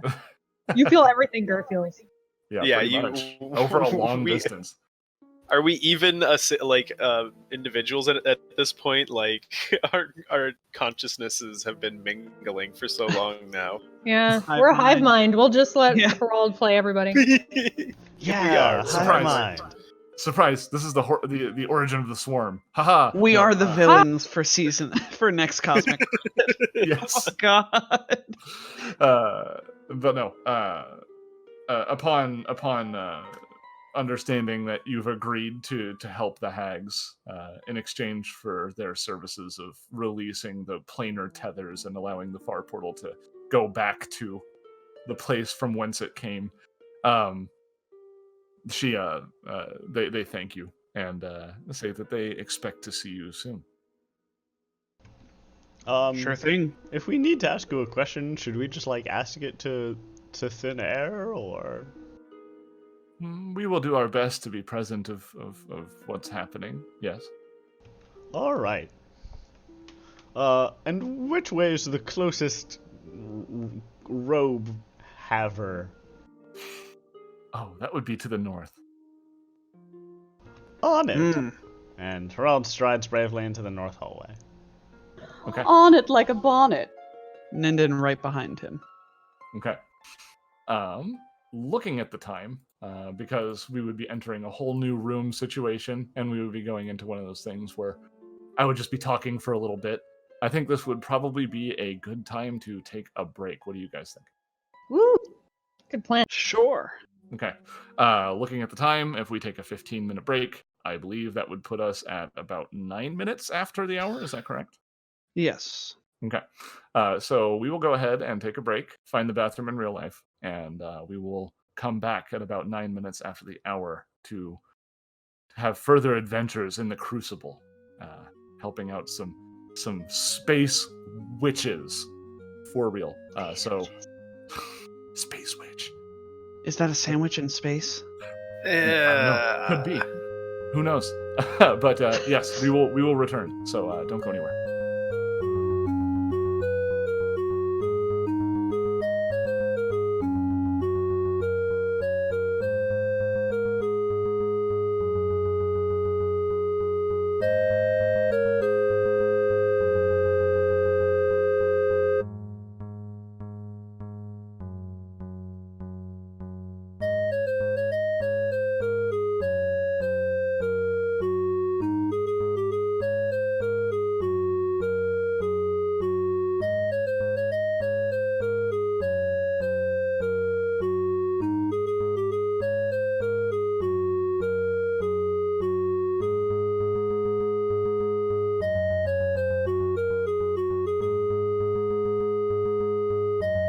Hello, we're back.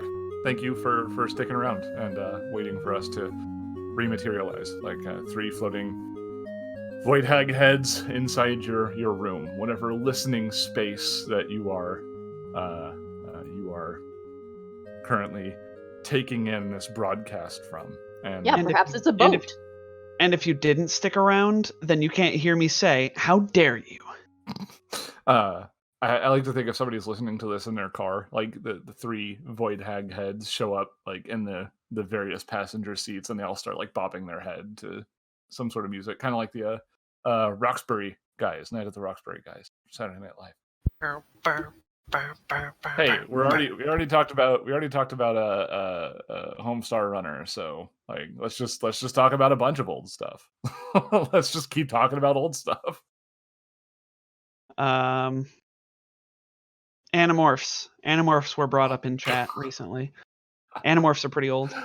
because of Herald, like I did read. I'm pretty sure I read all of the Animorphs books, including the extended universe stuff, where we followed like one of the Andalites or whatever. No, it wasn't even the Andalite. It was the other race who now I can't remember. I don't know Orc anything about the Animorphs. Nerd. I know nothing about the Animorphs. Yeah. They were cool. They were really cool books for an elementary to middle school kid. Reading them.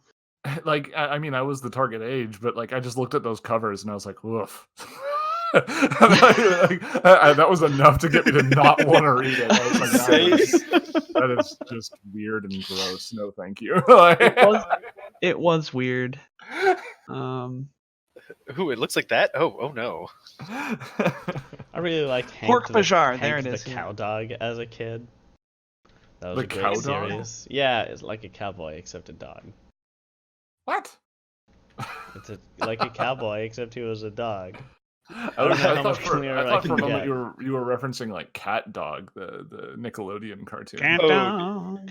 Cat Oh dog. please. No, it's gonna be. Oh no, it's gonna be stuck in my head all day now. You monster. Hank the Cow Dog was great. Speaking of things that got stuck in my head recently, on New Year's Day, I had "I Want to Be Sedated" by the Ramones stuck in my head because the meme got passed around so dang Nice. much. Could be worse. Could be toss a coin to your Witcher. Oh, damn it! Now it's in my head again. Stop. I didn't watch the show, so I don't know the meme. I'm not gonna watch that show. I have not watched the show and I still know the meme and it's awful. It looks. I actually really enjoyed the show. What's his name? Just looks very odd. So like The guy playing The Witcher. It's the eyebrows.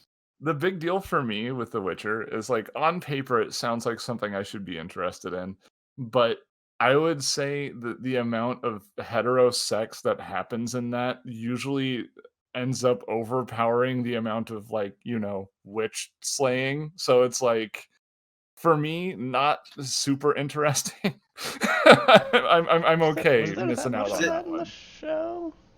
In the Is it game one of there is. those? Oh, so only in the first one. So, yeah, so my experience with Witcher was really sour initially, because, yeah, I played the first one, and then to a lesser extent the second one, and it was, like, really hyper-sexualized and It's the third machismo. one. The third Really? one was really gross because for me, like a lot of people like the game, but like for me, it starts out and he's like, "Oh, where's Yennefer? I love Yennefer," and then like the first like 4 or 5 quests you get is like, "Where's Yennefer? Oh, where's Yennefer?" And like he's like, "She smells like this, and this is what she wears," and I'm just like, "Can I like kill ghosts and like trolls and stuff?" So No, we're just like chasing after this lady. All right. a good point to make is that it's not based off the games. Sure. It's the games were based off the books, and the show is based off the books. Right. The show is not based off the games, and in fact, pretty much takes no inspiration from them. Okay. But yeah, I only watched do the understand. show over shoulders, but I didn't see any romances really. I do know that Yennefer is in the show, and is just true. honestly, after my brief experience with The Witcher 3, I could probably live the rest of my life and not hear the name Yennefer ever again. So She's actually a I really will- interesting character in and of her own right, but Sure. and that gets I've seen explored her. in the show. I've seen her naked. I'm no, I kidding. mean that's actually. I mean, there's way more to it than that. I know. But I'm not going to go into it. I think I'd so I rather talk- like fight bad guys. Yeah, please. Yeah. I talk about The Witcher at work plenty because helping people find the book because it's a popular. Anyways, yeah. I like how you said that you talk about The Witcher plenty. Anyway,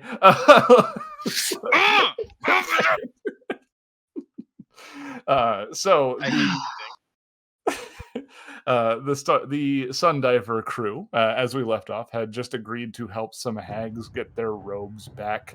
And wait, that is not the right music. That is the percussion music.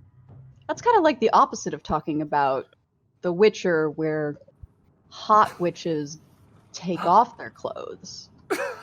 No more Witcher.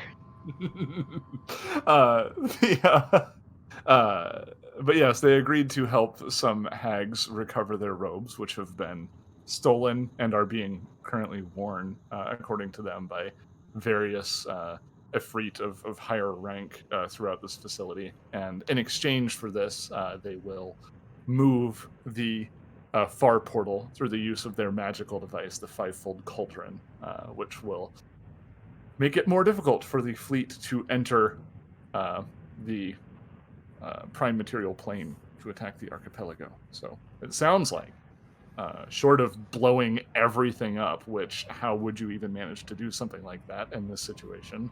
The best course of action? Question mark? Yeah, we didn't have a better plan. I We were figured just blowing it kinda- up would be the end game.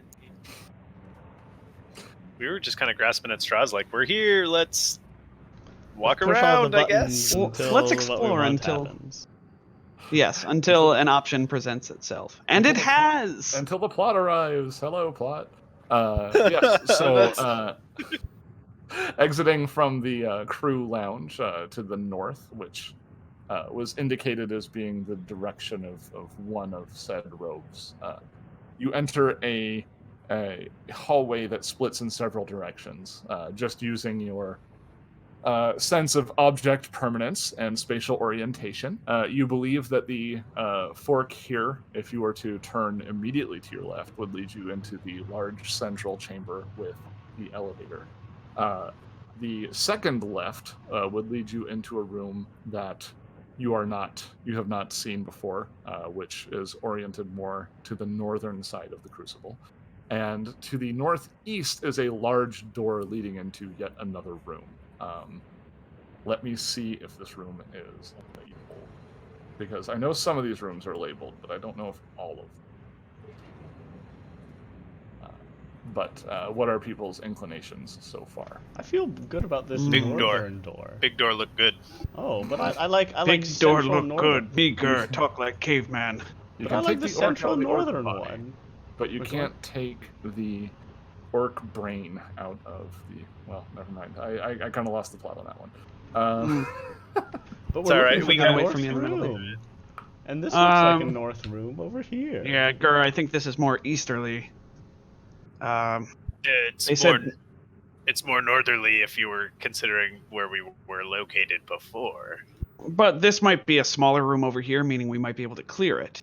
If looking at my mini-map tells me anything, we might be able to clear it quickly and then explore that other room. Come on, Harald. If we go fast enough, we can get in front of Nintendo. Okay. No! All right. Let's see here. To be clear, we took a 10-minute rest. Oh, right. So a 10-minute rest was taken in this hallway after the Void Hag encounter. So if you took the 10-minute rest, can you guys remove your little... Oh, I guess... I you're the only one with already it. did. Remove the heart, Gur. That's my indicator that I've already inspired you. You know, heart, That I fighting was- spirit.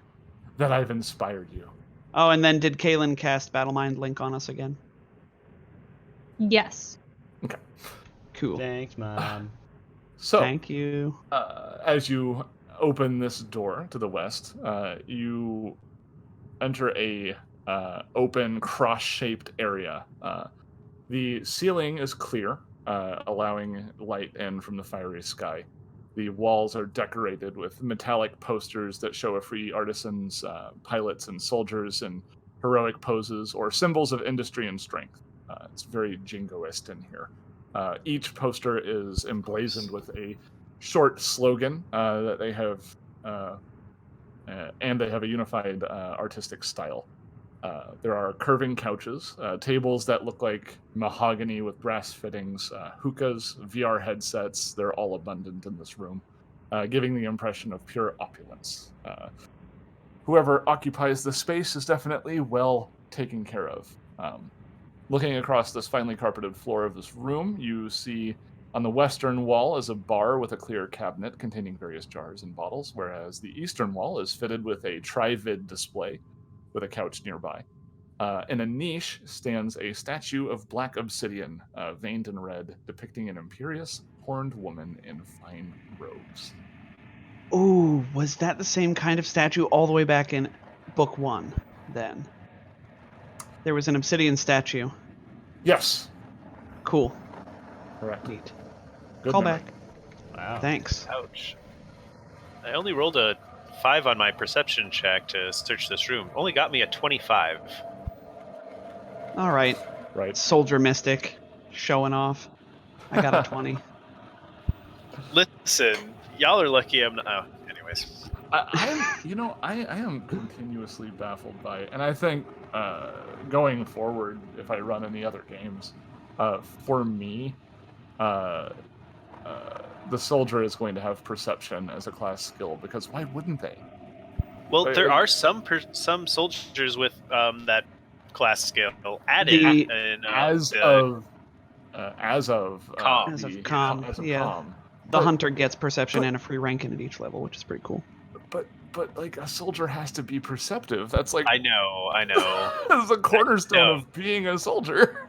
Listen, It's as weird. someone who classically plays soldier, let me tell you, I could not agree more.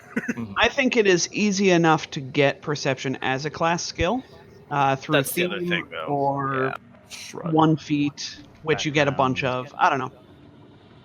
Either way, so Mouse got a 35. right.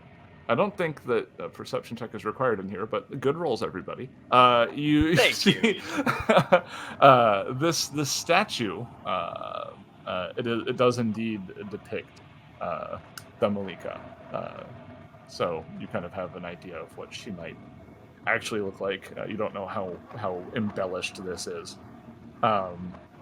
You believe that you could probably get somewhere around 1,500 credits for this statue, possibly more if given to a collector. The refreshments in the bar area are mostly delicacies from the Plane of Fire, and most have flavors that are either not palatable or is food that is not really edible for somebody from the prime material. However, there is also a Mark III culinary synthesizer with a cache of 3,000 UPBs here. Ka-ching! Gonna make some expensive burgers. I think actually we already got a Mark III culinary synthesizer. I didn't we? wasn't sure if you had a 3 or a 2, so I didn't know how big of a deal this would be. It was Okay, a but Mark this II one has on a the Burning credit Embers. Okay, the Breath of Embers, right? Okay. But then I'm like 90% sure that we found a Mark III because I remember being excited about that. You were given a Mark III, I believe, by Yeah. yeah. By Yeah, So- but this one has a credit cache, right? So we can just like summon like caviar burgers. Sure. Caviar burgers. Yeah. I was if you going to really suggest want to. venison burgers, but you know. Not thinking expensive enough. So Seth, I imagine like a lot of the foods and whatnot are just way too smoky. Probably in not flavor. smoky. They might have like literal sulfur in them. Like, Oh. yeah, it's like stuff that you just don't That's want. what I was thinking, yeah.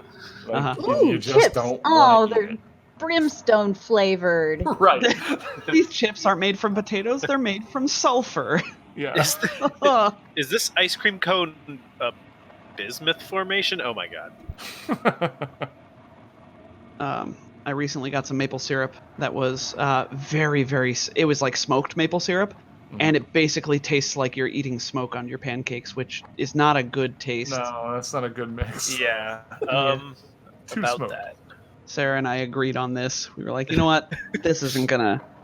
We like maple syrup, but not the smoked kind. You don't want smoke cakes. Too smoked. Uh, Too furious. So are we grabbing these UPVs and this statue, or are we leaving everything? Yeah. All right, cool. Yeah, they'll Yeah. go in the null Everything space into chamber. the null space chamber. Loot the room. Oh, mind the Fae in there. I'm assuming that you opened the door to the north, since I see Ninden and Herald. The traditional door openers lined up next to it. Correct. Yeah. Okay. Yes. So the doorway to the north leads to a transitional hallway. You see both to the east and west doors that indicate they are officer quarters. Oh my gosh. I want to check these doors, guys. Yeah, we should clear these doors so we don't get surrounded, Harold. Yeah. So Gur opens the door to the left. And Ninden opens the door to the right. Oh, we're opening them at the same time again. Cool. Oh Let's yeah. Is Herald opening the door to the north? Oh god. No. Okay. Kaylin, catch up. So, yes, as you open these, you see in both of these, they have similar amenities in both rooms, but they appear to be quarters for higher ranking soldiers or even officers. The ceiling is also largely transparent, as though a skylight, lighting the room, which features 3 beds apiece. Each bed bears the 6-pointed star in gold on top of a black and crimson coverlet. There is a chest at the foot of each bed, made of dark materials with brass fittings on them. There are also 3 desks and 3 weapon racks. All of the weapon racks appear empty currently. I guess Ninden starts looking through the chests, see if there's any info or anything. Maybe some treasure. We toss the place. Hmm. Can I keep my last roll? They don't appear to Can be we- locked. What last roll? For perception, perception? for searching. Well, we were searching the other room, technically. Yeah. I would recall it. I would request another Ew. one. We didn't find anything in the other room. If it was needed, and you don't need one here either, so you're okay. Ah. Oh, Okay. well. Don't do that thing where you just roll and then tell the GM that you're rolling. So yes, the chests at the end of each bed contain clothing and personal effects for different officers here. Let's see. So in total, you end up with, on top of clothing and personal effects, 20 magazines of long arm rounds total between the 6 chests. 18 rounds in each magazine, so a lot of bullets. There are, amongst the personal effects, plenty of Afridi jewelry and fancy grooming paraphernalia, which you estimate to be worth roughly 20,000 credits total, all told, once you combine all of it from the 6 different chests. They got the fancy leave-in shampoo. Mm-hmm. Yeah. All right. Well, Okay, so now can I open the north door? I guess we killed. Hold on, there's a door over here. Probably Is this the bathrooms. bathroom? Let's find out. At the same time. 1, 2, 3, go! Oh, all right.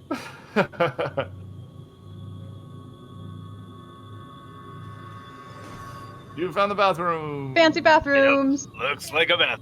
There was a sting in the music where it, like, it crescendoed towards that moment, and that was quite fitting. Each one is, That's good to say. it's a very large bathroom, and it's not water-based equipment. It's like the sonic bathrooms that you've become accustomed to seeing here with these fire-based individuals. All right, Now so we now all open open the door. doors. Yeah, this is gonna be good. Let's say it together now. 1, 2. 1, 2, 5, 3, my lord. 3. All right. Ooh, is that a bridge? Actually, wait a second. Ha ha ha ha. This door is locked, actually. Oh. Ha, ha, ha, ha, ha. That's okay. I didn't see anything. I waved some biometrics at it.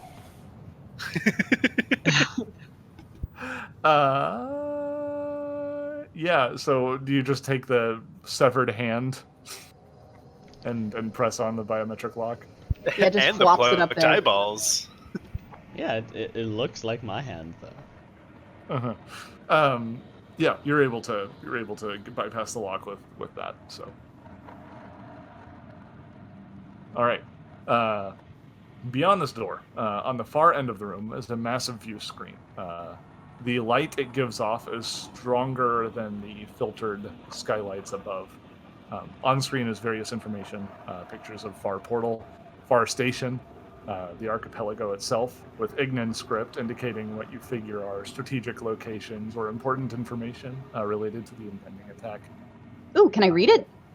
I mean, yes, and that is the information that it contains.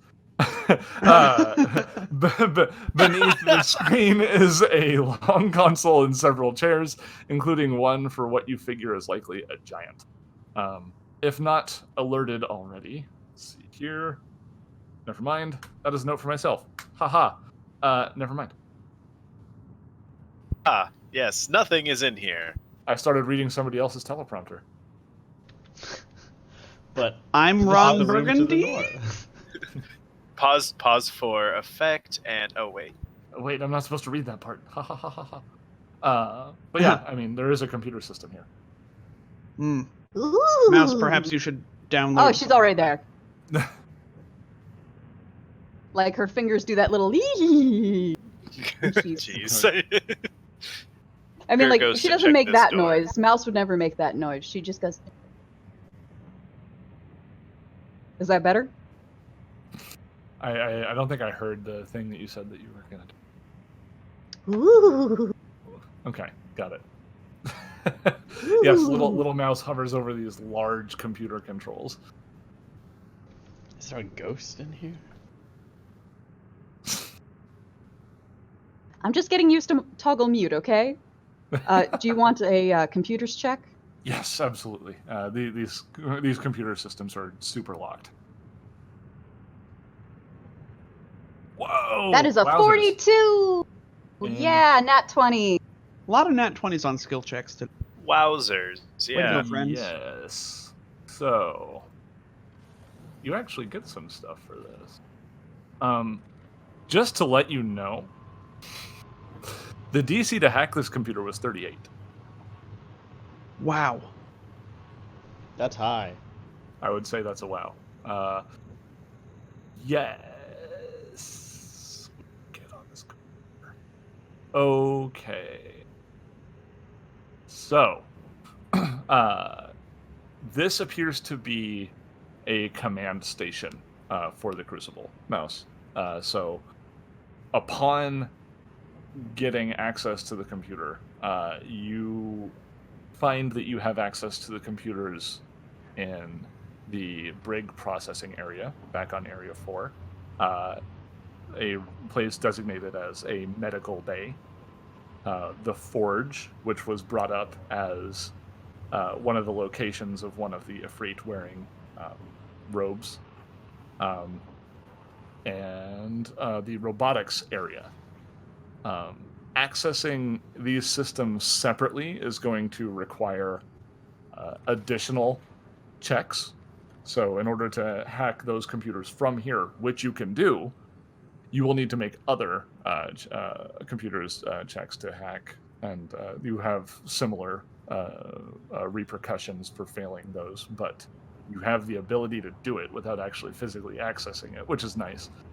Let's see. So What's up?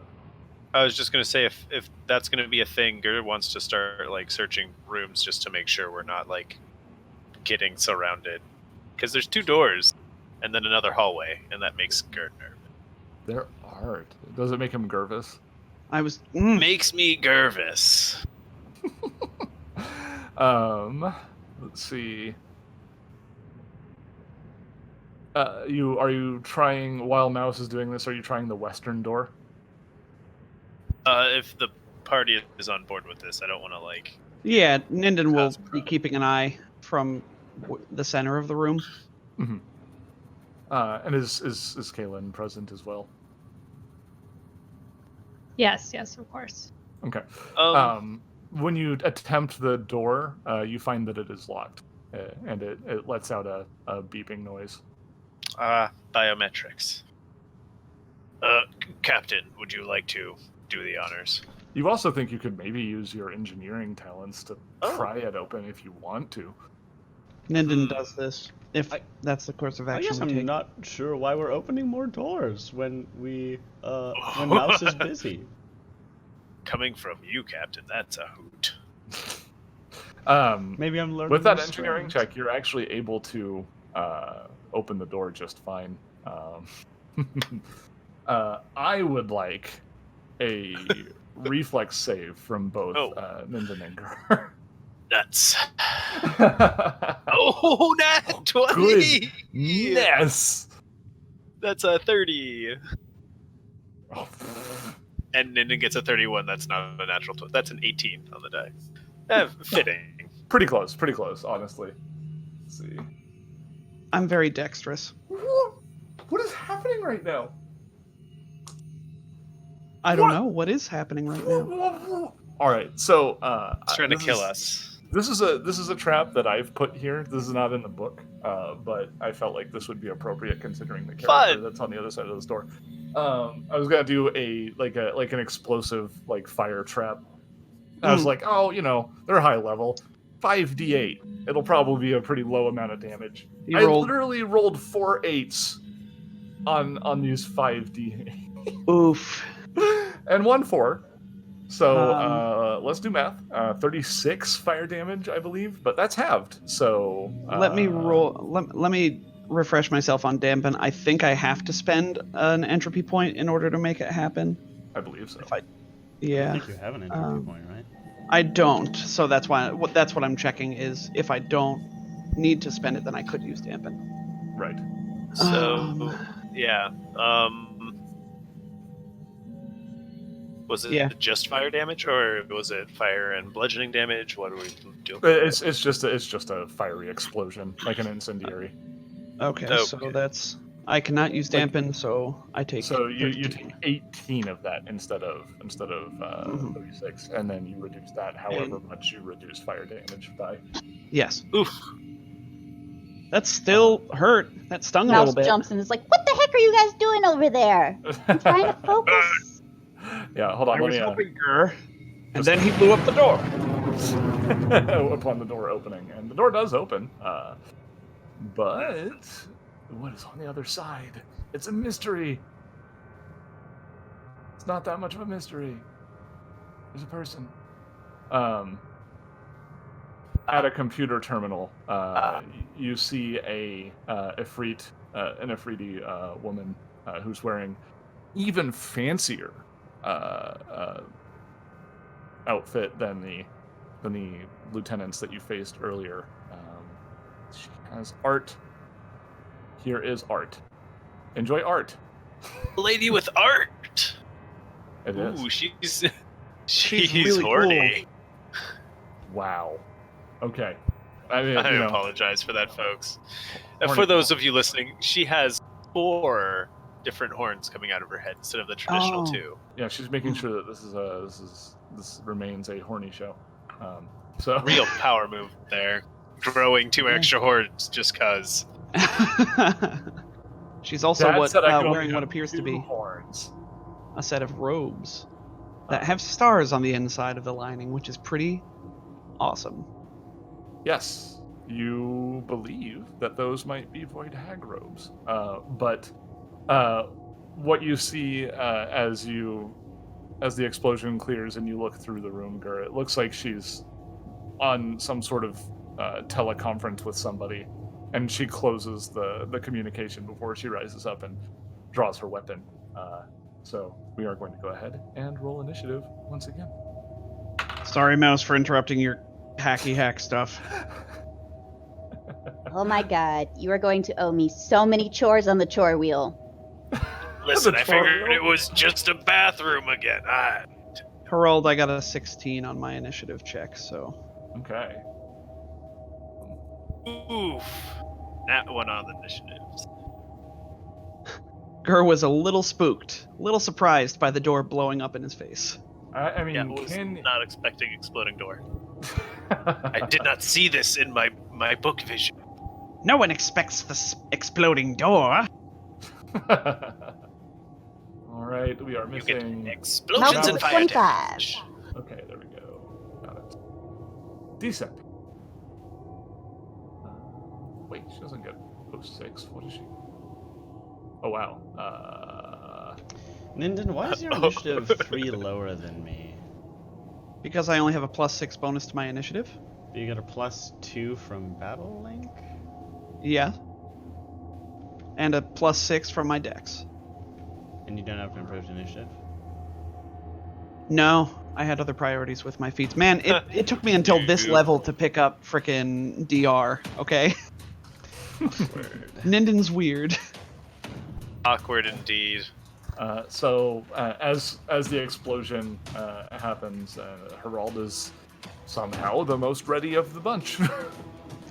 Called it. Just comes to expect this at this point, I think. Yeah. Okay. Herald should have been closer to the door, so he wasn't that ready. But he'll move on up. He still doesn't see her. Inconvenient. No, he will ready a get him attack for when she comes into line of sight. Can you ready a get 'em attack? It's just a standard. Yeah. Okay. Sure, we'll go with it for now. Gotcha. And is that it? Yep, that's a move and a standard. You're a standard. Hey. I'll standard you. So her being the first person that she saw would probably be the one who she would attack. She will go ahead and scoot forward against the corner of the door, drawing her pistol. I don't know if Herald saw her during that movement. I was gonna say she if did she pop out can there a little see bit. us, I guess I can see her. Yeah, go ahead and make your attack if you'd like. Okay.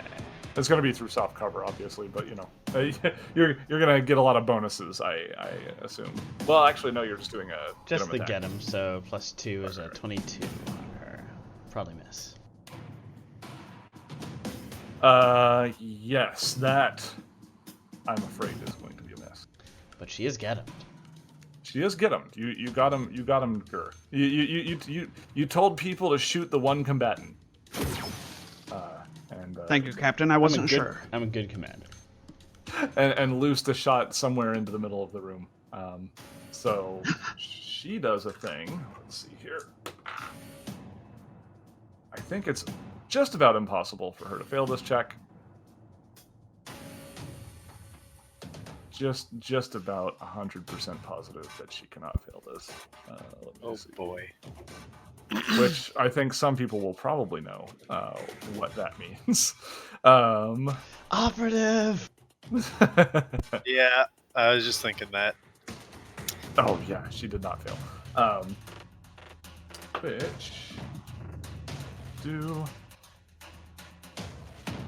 against your flat-footed KAC Gur does a 29 hit. Roll that attack roll. Yes, it does. Still hit with it if it's flat-footed. Yes, because you are flat-footed. Against this attack, not flat-footed in general, just against this attack. So don't worry about that. But she does take a shot at you with her pistol. And how much damage is this? I was gonna say. It's frankly a lot. He's a very good shot. It looks like. So. Cool.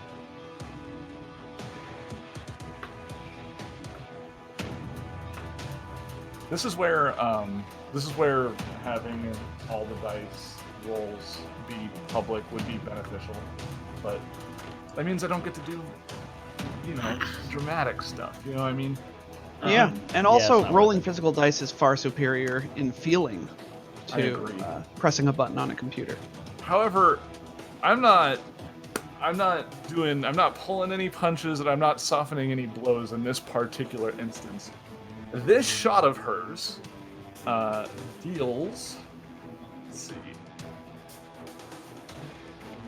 56 piercing damage as her Herald, you see Fuck. this. You see this lady land a very good shot against Gur, like unnaturally good shot. That was a tricky And with attack. that, more than half of his stamina is gone. I wish I had been able to heckin' use my reaction, but I haven't gone yet. And All right, we need to get in and surround her. I hear operatives don't like that. she is going to make you as part of her debilitating trick. Let's see here. Off target. I'm trying to find an icon that's good for that. It's a -2 to attacks. I think that's what that is. I think it might just be a -1, honestly. I'm just trying to find an icon that whatever. Fist. Fist means off target. We'll go with that, I guess. But that will bring us to Mouse. Who's just chilling out at the computer, and there's explosions and gunshots happening behind her all of a sudden. Could I use the computer to close and lock that door? So, Gur opened it manually with engineering with the assistance of Minden, and then it exploded. So, Don't take this fight away. it would probably be Indeed. difficult. Okay, well, look. I'm gonna walk up to Ninden, kind of smack him on the back of his leg, like, hey, buddy. And I point at his no, no, I don't want to do that. No, I'm gonna hold my action. Okay. Oh, hold action. Got it. So I'll just scoot you under Ninden for now. Ninden, what do you do? Oh, I thought it was gonna happen. All right. So Ninden will move in, probably provoking, from the lady. Oh wow. But she's an It's operative. You know. Yeah, her regular old attack isn't gonna do much. You would think. Ninden, Wait, unless unless- to get to her north. Yeah. No, actually. Then go down here. Okay. I'll go to the other side of her. So if you want to hold your attack, I'll go around it. Give me flanking. I'm sorry. Did you say hold my attack? Yeah, so you can get flanked. Yes. So you can get flanking. Yeah. All right. I will do this thing. It doesn't really matter. There's only one enemy. So Ninden will hold his attack and call out to Gur. Gur, get around on the other side. Okay. On it. She would still get an attack of opportunity for that movement. Mules. But you've got mobility, right? Sure do. And I've taken my first action, so I have an entropy point as well. Got it. I don't think she's gonna have much success hitting a KAC here. Yeah, no. Even with that roll, that's the crummy roll brings her to a 33, which I believe is just under. So, Yes. okay. That will bring us to Mouse again? Question mark? Or are you still holding? I guess I will move to here and prepare to shoot her if she comes into line of sight. Actually, Okay. Herald will say, "Oh, Mouse, can you get into melee with her?"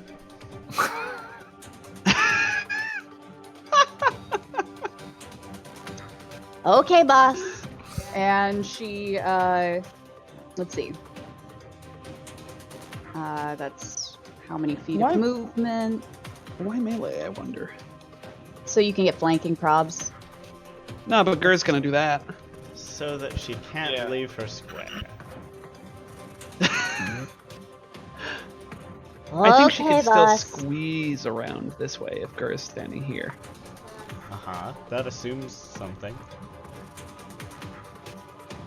Taking out her weapon, her melee weapon as she moves. This is gonna be, 15, 35. And she's already taken her move. Is this, how many? Oh, I've got. Let's see, that's 45. 50. Oh my gosh. Just swinging around into there, huh? Okay. Is that one? She's move? fast. Yeah. That was 2 Um, movements. Ah. Got it. You should go down here if that was 2 movements. Down where? I can't see through pinging. Ah, okay. Yes.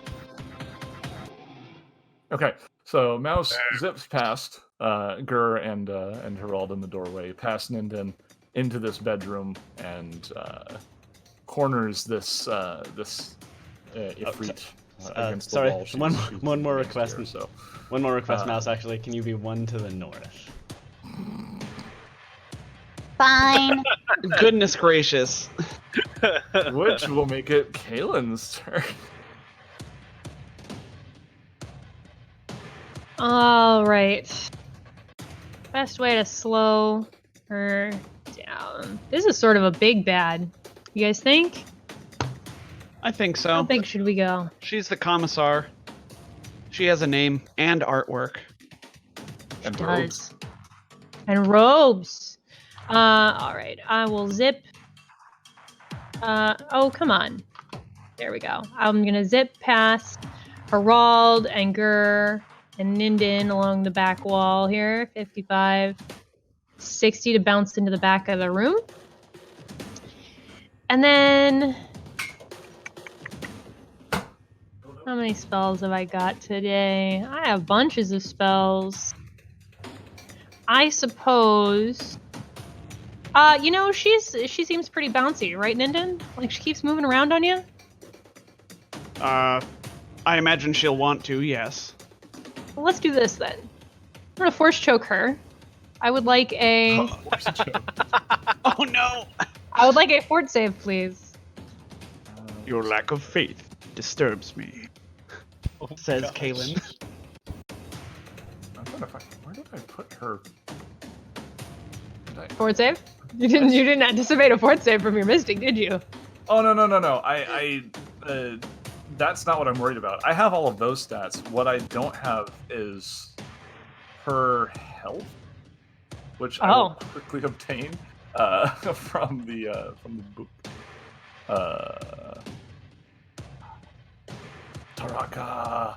Her name is Taraka. Let's see. Taraka. Which, by the way, anybody who's listening, who's going through Dawn of Flame, don't worry.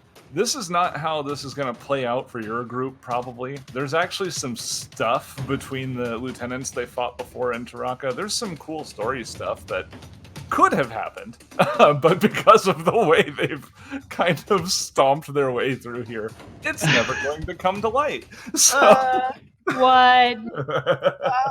To be fair, to be fair, what? Let's see. Okay, I have her health now, and now I have her fort save pulled up. What's the DC I'm trying to hit? 20, it looks like, by the spell's description. Got it. Yeah, she super makes it. What is the result if she makes it? Half damage. Half damage. Yes, it's half damage. And she's not immobilized? Right. Okay. The save effect each round, the spell affects the target and fortitude half damage and avoid being immobilized. Got it. Okay. Well, she does not have damage resistance versus bludgeoning, so she takes all of that 7 damage. Ooh, that's what I like to hear. That's okay. I can concentrate on this for 11 rounds. Yeah, that's true. All right, Gur. oh my lord.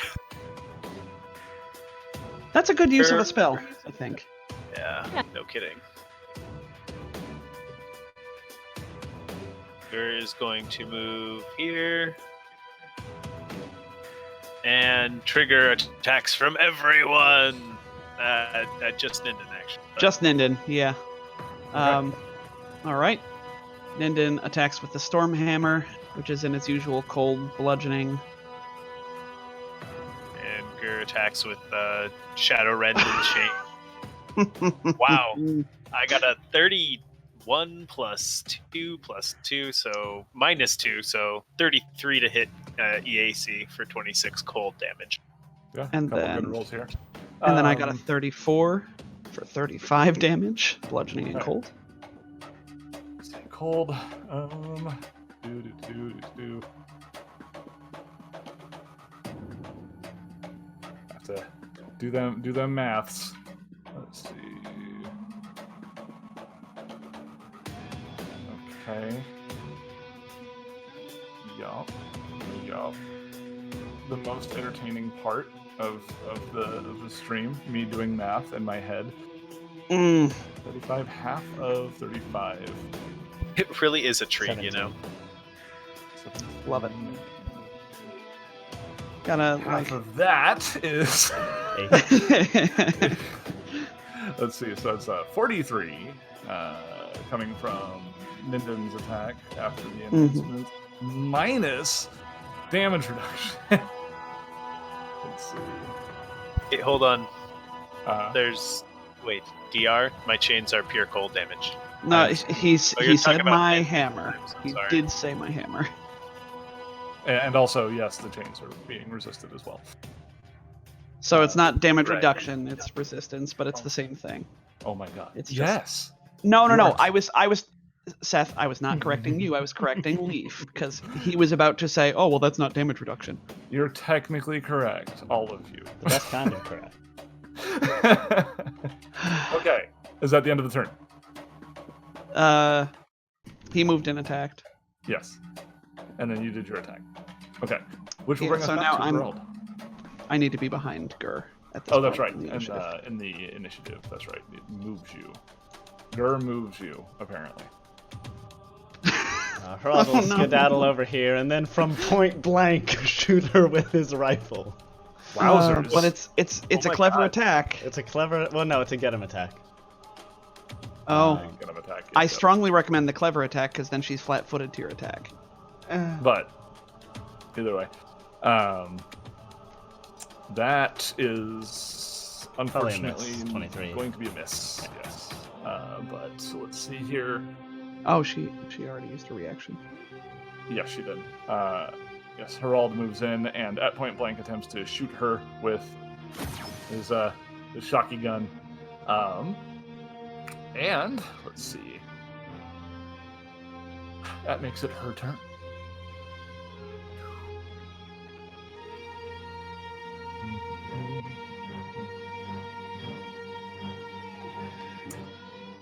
I need to double check an ability. I'm pretty sure I understand how it works, but I am going to see if it functions the way I believe it does.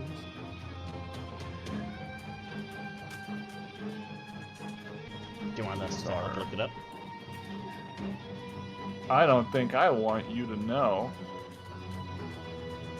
I shall wait What? with bated breath. It is. My breath has so much. How many weight. of these things? Oh my god, how many of these things are there? This word is used so many times for this class. Stop it. Stop. Trick? No. Yeah, trick. Flat-footed? Exploit. She does a thing.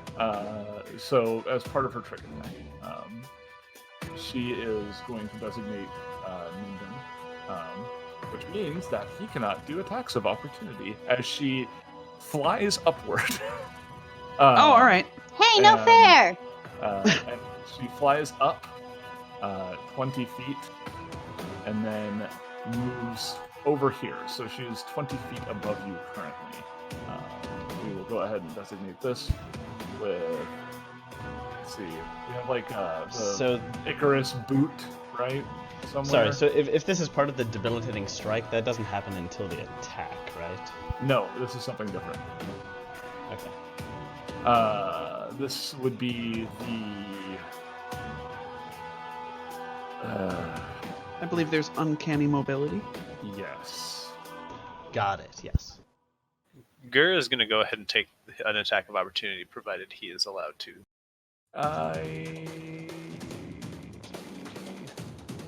I'm trying to figure out if this is This is improved uncanny mobility. So when Oh. using the trick attack action,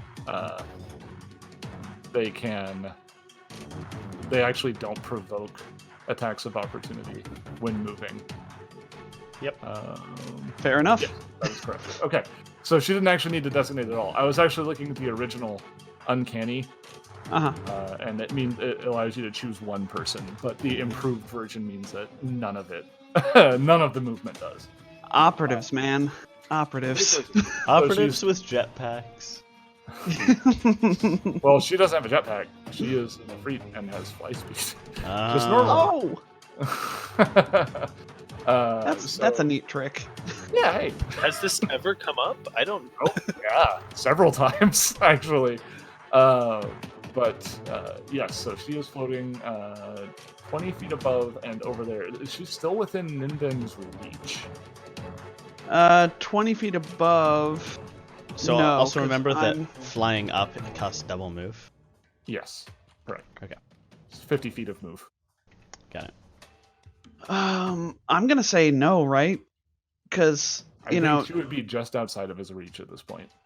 yeah, it's a stretch as it is being that far away if she was on the ground, and then she's 20 feet up. So Yeah.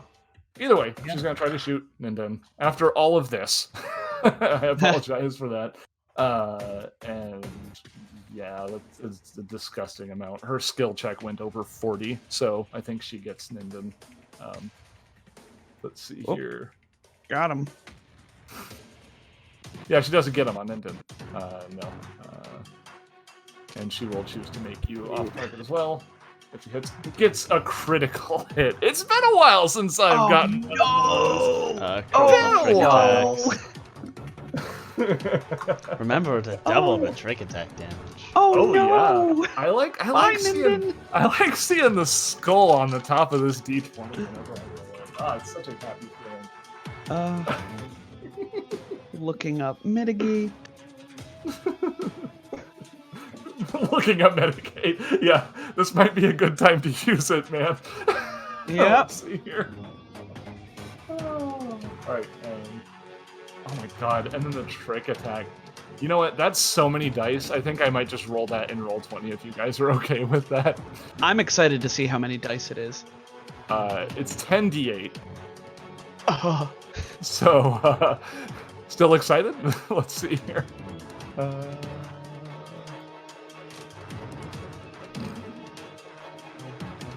Let's do it. Okay, so that's 50 just from the trick attack alone. all right, not bad, not bad. But it could be a lot worse. It could be worse. Let's see here. Could have been 30 worse at most. It could have been. Let's see. The 10d8 is just the double trick attack. Yes. Yes, that's it. And then the actual attack itself.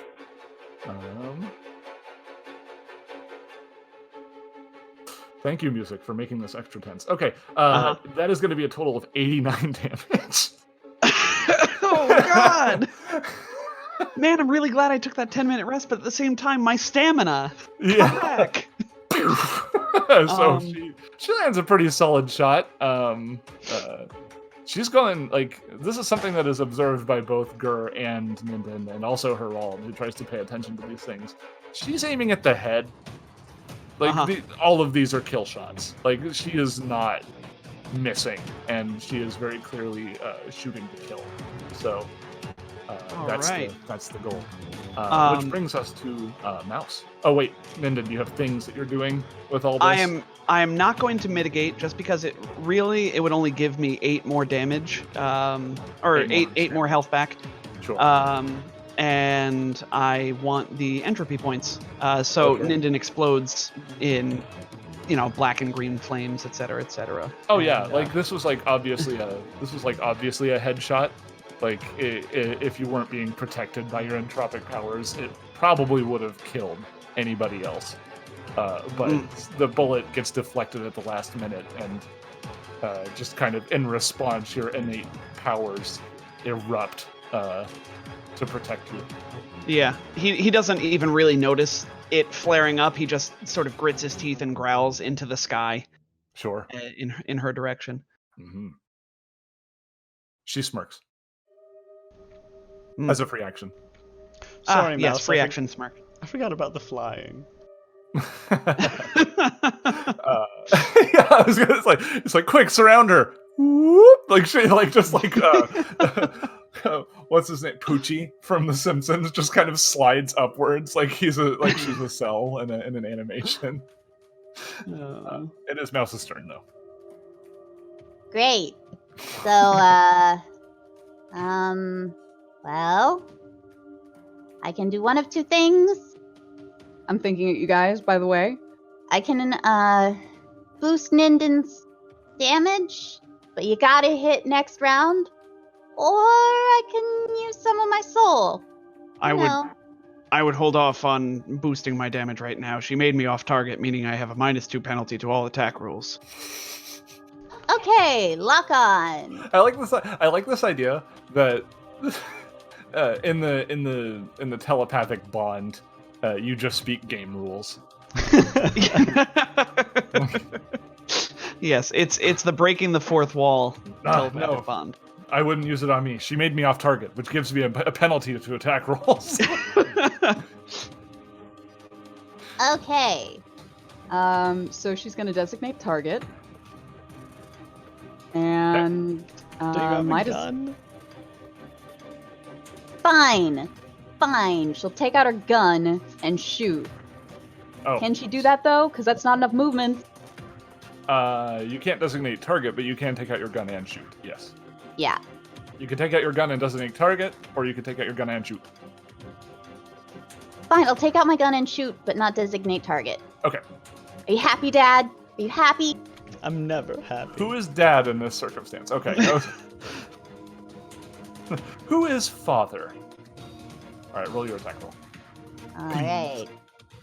Let's see how this does. 27.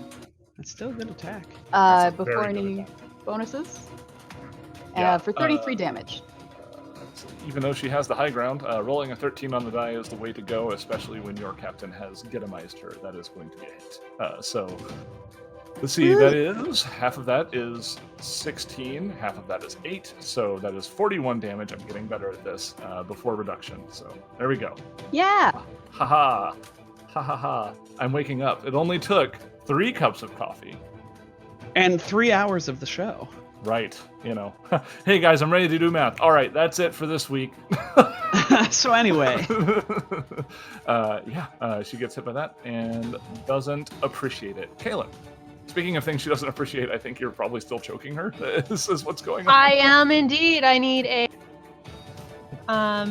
Fortitude save, right? fortitude save. Mhm. Still DC 20. Okay, she makes it. Well, she takes 6 bludgeoning damage. She does. And I believe, even though I'm concentrating, I can still move. Yes, Concentration's a standard, isn't it? I Yeah, believe so. I can't find backup for this, but I think that's right. I believe that's correct. And that that's sounds how I about will. right. That's how I will treat it. Okay, she'll just take a couple of steps down by Ninden over here, so that he can get back between her and the baddie. Next to the suspiciously large couch. Yes, Hmm. next to the Yep. suspiciously large couch. Looks big Oh, enough for honestly. Ninden to sit on in his armor. Something Just that you assumed it was a bed. something that you are aware of is that Ifrit are in their natural state large size category, but they have the ability to reduce themselves down to medium in order to interact with people or exist in facilities with other creatures. So How interesting. yeah, I don't know, it's weird stuff. Pretty cool. With that choking, she is officially bloodied now, which will bring us back to Gur. If you want to wait until after me, you could have Get'ems and flat-footed. I'm going to let Captain go first. So move me after Captain. I will let you know that you're both at the end of the initiative. Does that matter? So So What's- that doesn't matter. You can just keep pushing it back. Is that I was correct? I was gonna say, as long as I'm allowed to go behind him, I'm cool with it. It's Okay. effectively Cool. Okay. same. Ninden. I'll do the same. Okay. We'll say Ninden's head is sort of ringing right now. Oh, I'm sure. Getting shot in the forehead will do that to you, even if your 89 entropic points of- powers do redirect it. Yeah, 89 points of damage to the brain pan. Not great. Yeah, that's a lot of damage. Holy cow! Hey, Harold. Yeah, on the one hand, I want to heal his stamina. On the other hand, I feel like he's gonna take a sleep after this, anyways. So Yeah, just start shooting her. yeah, I start shooting her. That's a get him and a clever attack. Hit the baddie.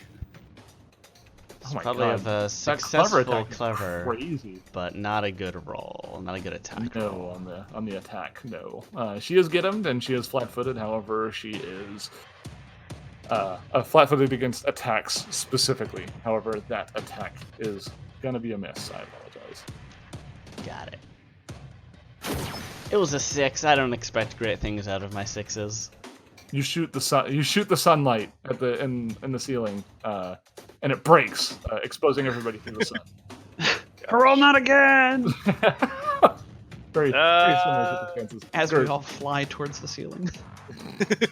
Directly into the sun. Gert, Oh shoot, she's up and away. Okay, never mind. Yes. If I ran and stand under her, can I attack her with my reach weapon? she is 20 feet up. Okay, so with my 6-7 feet of height plus extra. You're still a medium creature, so you're still attacking from your 5-foot square, which I believe allows you to reach 15 feet up with the weapon. Is that correct? Yes. Yeah. Okay. Shoot her. I can't let you have everything all the time. This is how the game is played. I don't have a desire to shoot her with that gun. Uh-huh. I can't shoot her with that gun.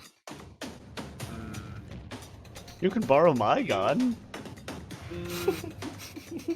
No, Would that that's be all right. better for you? Didn't you go before me? Okay.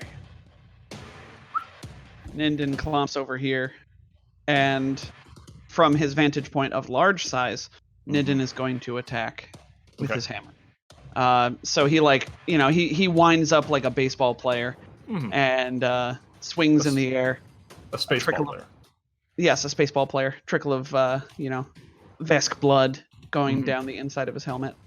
Oh, it's like Wolverine when he gets shot in the head, and it's like the bullet stops at the forehead, like it broke the skin, but it didn't go in the skull. Oof, that's some good damage. I tell you what, I got a 30 to hit flat-footed KAC. Yes, with the -2 from off target. Or did you already put that on? Oh, I did not put that in. Okay, so it is a 28. It's a 28 versus flat-footed KAC. It's KAC, huh? Let me take a look at her I don't know. KAC. Oh, I'm terrified. Ooh, okay. Yeah, that is going to be a hit. Oh, all right. That is 46. I'm just glad it wasn't. I'm just glad it wasn't a crit. If I'm going to be honest with you. I was That would've been really really hoping that annoying. I would get a crit in response. So that's 46 before, 1.5 for the cold. 23 The for cold half. Half of that is is 11. 11. So adding 11 to that makes it 57 before reduction. That is a lot of damage. That's a lot of damage. All right. And Ninden just, mutters under his breath, "That hurt." Okay. It is Gur's turn again. All right. Well, since we don't really have anything else, we'll give it a shot. 14 to hit. Oh no. Well, plus the... Yeah, not enough. Yeah. No. 3 on the Against die. a level 12 operative, probably. 3 on the die is not gonna cut it here. Oof. Here. Yeah, no. There's no way. I was trying. I was looking. Like, could it happen? Yeah, no. But here we go. Cool sound effect. It does sound like that sounds like the dubstep cannon. A little bit, yeah. Okay, so as her turn comes around again, speaking in game terms, she's been hit a few times. It's very clear that she's injured, and what you see happen is her body kind of starts to vibrate in place. Kaylin, anybody who's mystically trained, honestly, recognizes that this is like the beginning components of a planar shift. It looks like she's decided to retreat back to the plane of fire, and you see her body kind of start to separate and vanish. But all of a sudden, you notice that the robes she's wearing, they don't move. And when she tries to leave, it's almost as if they clench down, and she lets out a scream of pain and promptly falls to the floor.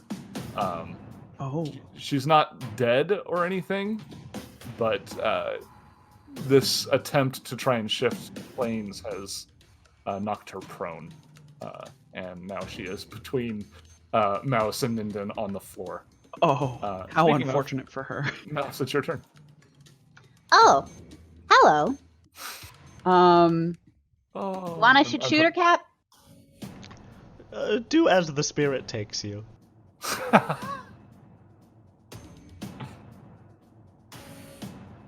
You can. Yeah, no, you. Go for it. ... Yeah, no, you really hurt. You really hurt Ninden, and that's not cool. That's not cool at all. Ultra cold ice carbine to the face. I'm gonna target first though, because just in case. Oh yeah. You're getting a number of advantages here. Yeah, I'm I mean, honest with you. Typically, being prone gives you a bonus against ranged attacks, but considering how close you are, I would practically consider this melee. I rolled a 5. You did. However, you're getting a +4 from prone because you're in point blank. She's flat-footed. You're targeting her. She's gittimed. The amount of bonuses that you have to this are insane. That's what high level Starfinder is, right? Like you just try to stack as many bonuses as humanly possible. So, yeah. Let's see what the bonus damage for that. That is going to finish her off. So the mouse just kind of coldly shoots her, and she is there on the floor. It's kind of ignoble, but okay. Literally coldly, because it's a cold ice carbine. Yeah, right. Yeah. No, I mean it's okay, Mouse, because Ninden was going to just take his hammer over, raise it over his head and bring it down onto her head on the ground. So it wasn't going to be pretty either way. Yeah, she was going to die. Let's just face it. She was just going to die. Yeah. Mm-hmm. So yeah, you have the body of this Ifrit. All right, one down. Let's take a look at this cloak. Okay. It looks like it wasn't totally on her side. Which stop. That's a little concerning for. My original plan was, maybe we could use these, but if it has a mind of its own, that's a bit eerie. Well, I don't know. If we're working with the hags, maybe it'll help us. And Harald will put on the cloak cavalierly. Oh boy. Captain, no! So gear that she has on her. Let's see here. Where is this gear? She has Freebooter Armor 3 with a retractable spike on the bracer. She has a Mark II thermal capacitor. Ooh. She is wearing hag robes. These robes, in particular, belong to Old Nanite. The weapon she had was an elite semi-auto pistol, now with 22 rounds. A incapacitator melee weapon, 2 batteries, and personal comm unit. Wow. Mark II thermal capacitor. Yeah, and the that's Freebooter 10 Armor resist. 3 I'll is a fight slight... you for it. I suppose we could roll these, dodecahedrons that I have in my pocket for it. Interesting. Yes. I don't need the armor. Does anyone else? I mean, I could take it. It's a slight upgrade over the D-Suit 3 that most of us are rocking. I think it's a +1 to each armor class, and my EAC is lower than I would like it. So what I'm saying is I would like it. Do it. Okay, and it's medium, and I'm medium, wearing it inside a large suit. So as far as the robes go,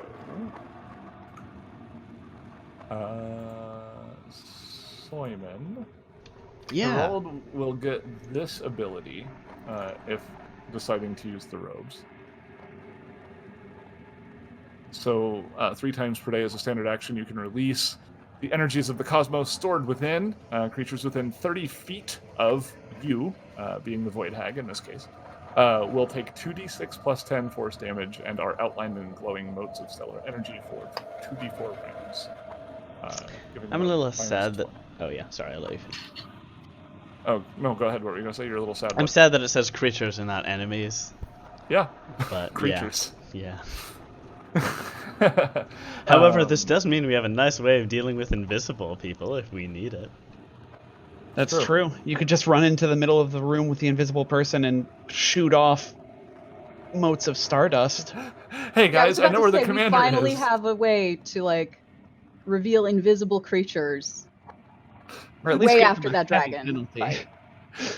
Like Herald runs in and into the center of a room full of combatants and uses that and goes, "Hey guys, I know where the invisible people are," and then they shoot him to death. And then he's torn apart. This one Yikes. has a special property. Let's see here,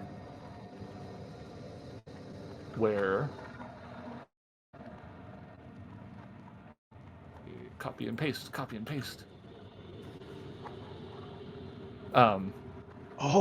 Once you use it, you can't use another Void Hag robe. So these robes, like, you can't put on another pair of robes and do the same thing for 24 hours.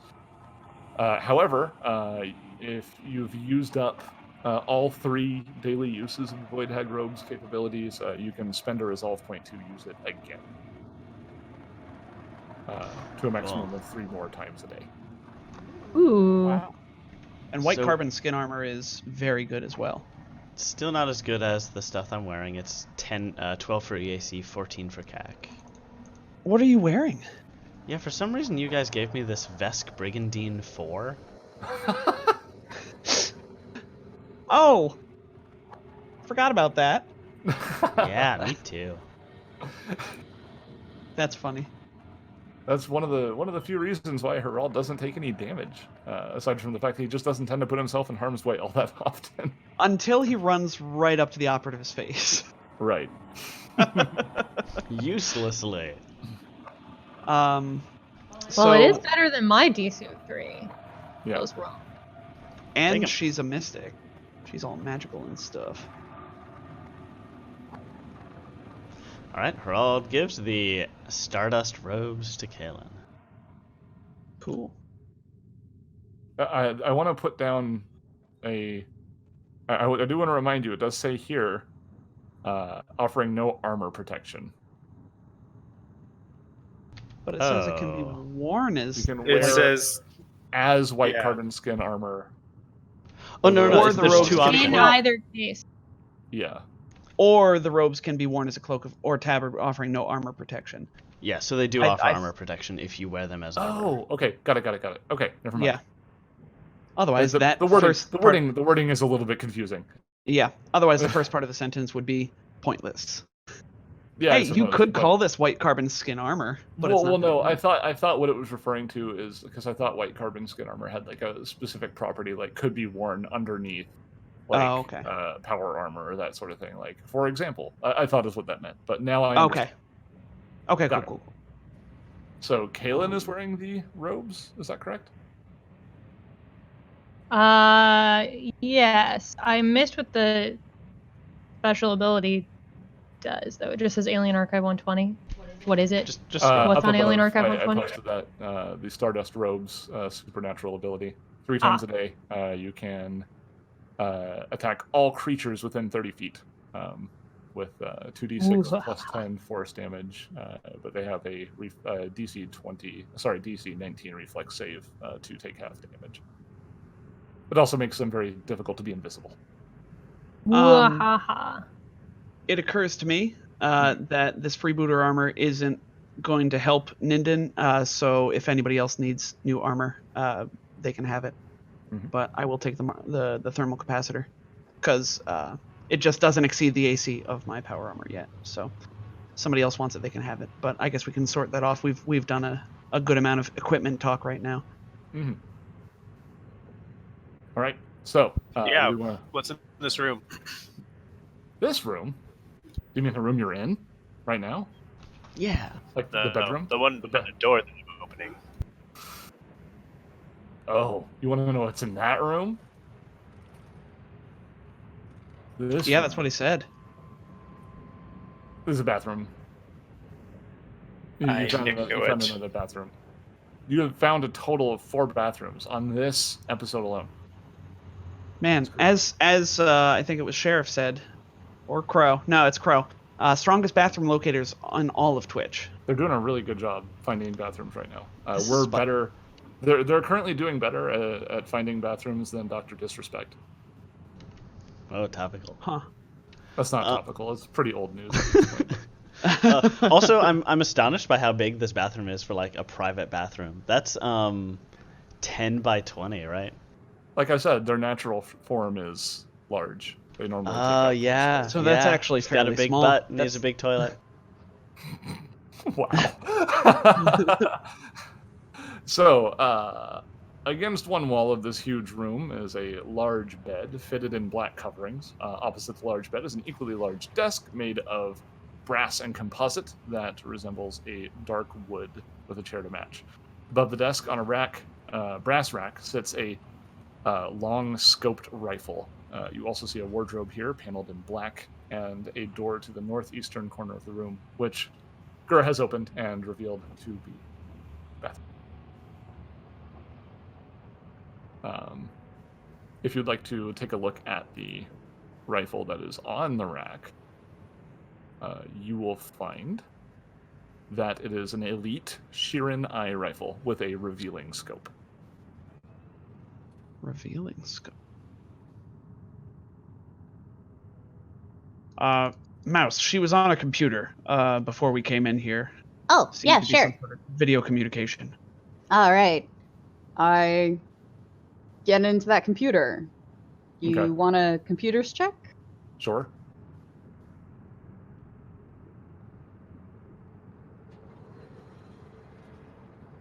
It's a 41.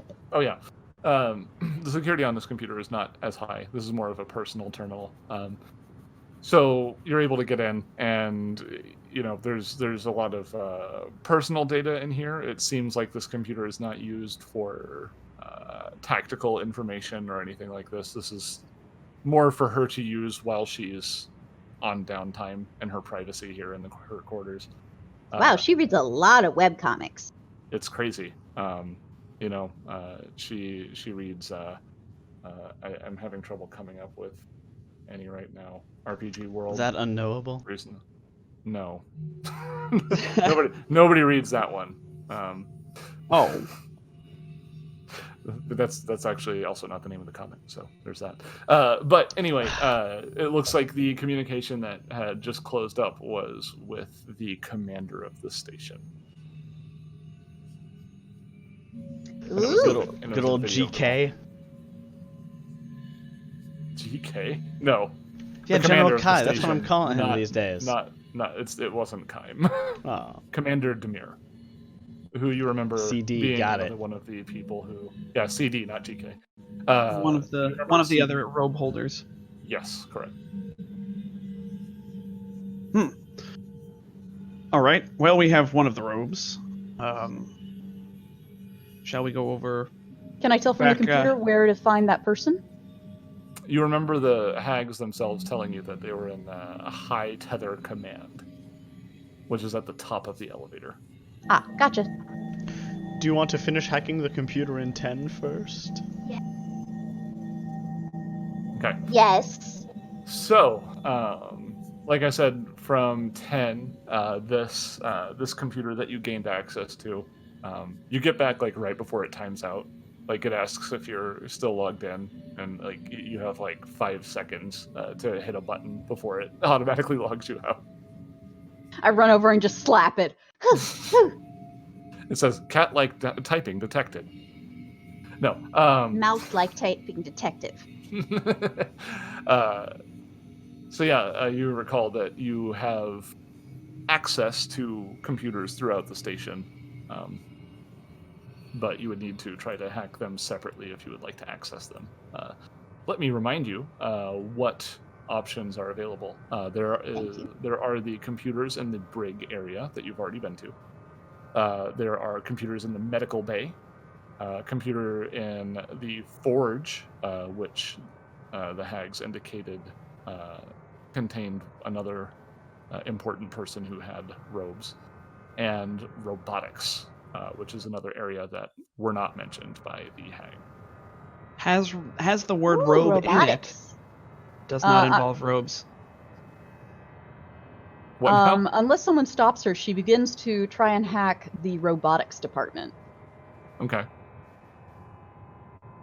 Nah, I mean, I'm not looking over her shoulder. No one stops Mouse from doing computer things. Yeah, I was gonna say I don't think anybody has a reason to. That's a 28. Ooh. Let's see here.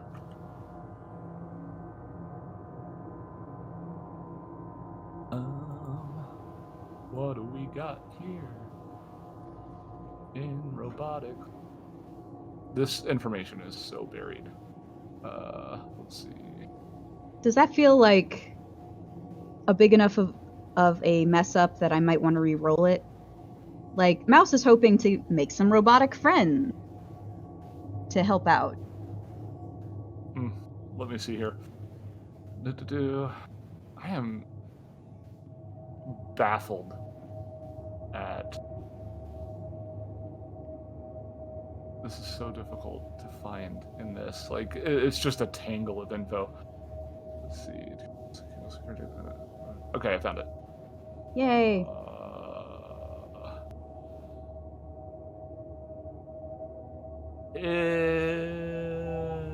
No, it doesn't look like it's gonna do anything super bad. You try to hack into the robotics computer, and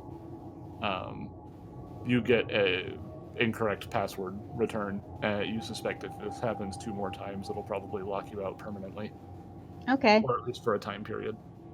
All right, but I don't detect any like countermeasures or anything. Right. Interesting. Okay. Well, I guess I could try. You get the idea that they probably don't anticipate a lot of outside hacking attempts here. Like this is all just like internal security. They're not trying to like. There's no countermeasures necessarily. They're just trying to make sure that people who aren't supposed to log in don't log in. Mm-hmm. Yeah. Still, Mouse is like, "Oh, that's cute." Mm-hmm. Mouse will try for the robot. Mouse will try for the room with the other head honcho in it. The forge. Okay, I will begin digging for that information. Let me see here.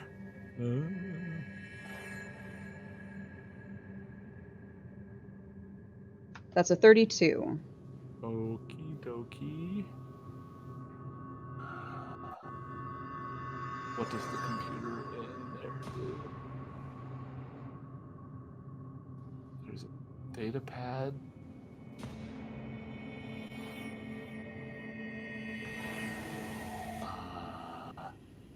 There doesn't appear to be a computer in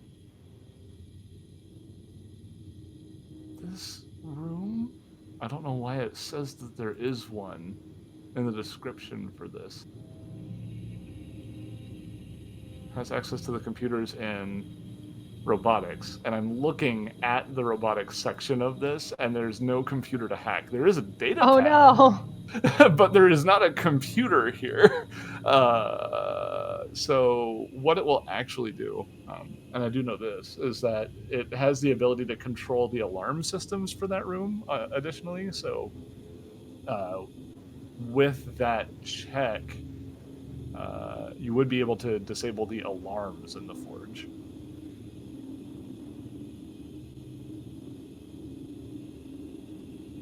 Ooh, If you'd disabling like to do alarms that, is Mouse. good. Mouse, are you double muted? Oh, sorry. Yeah, I mean, like, we were gonna go stomping in there anyway, so I mean, I'll do it. It just doesn't seem like it's gonna do a whole lot. Right. Yeah, okay. And then one more go at the robotics. Okay. Do. Oh, it's a 23. Oh, for a nat 1. Oof. Yeah. You get an indication that if you fail one more time, you're probably gonna get locked out. Well, I mean, what else was I gonna do with this system though? So Sure. one more go. Okay. What are the cards? 35. Okay. With that, you are able to just get in. And at this basic level of access that you have, you have the ability to disable the alarms in the room if you would like to. Beyond that, it shows that security robots or battle robots are being produced currently, and it has the ability to shut that process off if you would like to. Totally. Okay. You disable the BattleBot production process in the robotics facility. Take that. Okay, let's go beat some people up. Did you get a feel for where we need to go next to get the other cloak? The forge, which you were advised by the hags is where another set of robes are in the northwestern corner of the facility. Perhaps it'll be by this door Northwest. here. Yeah, sure. Let's give it a shot. To the south, and I'll then head through down up. there. Look it up. Yeah.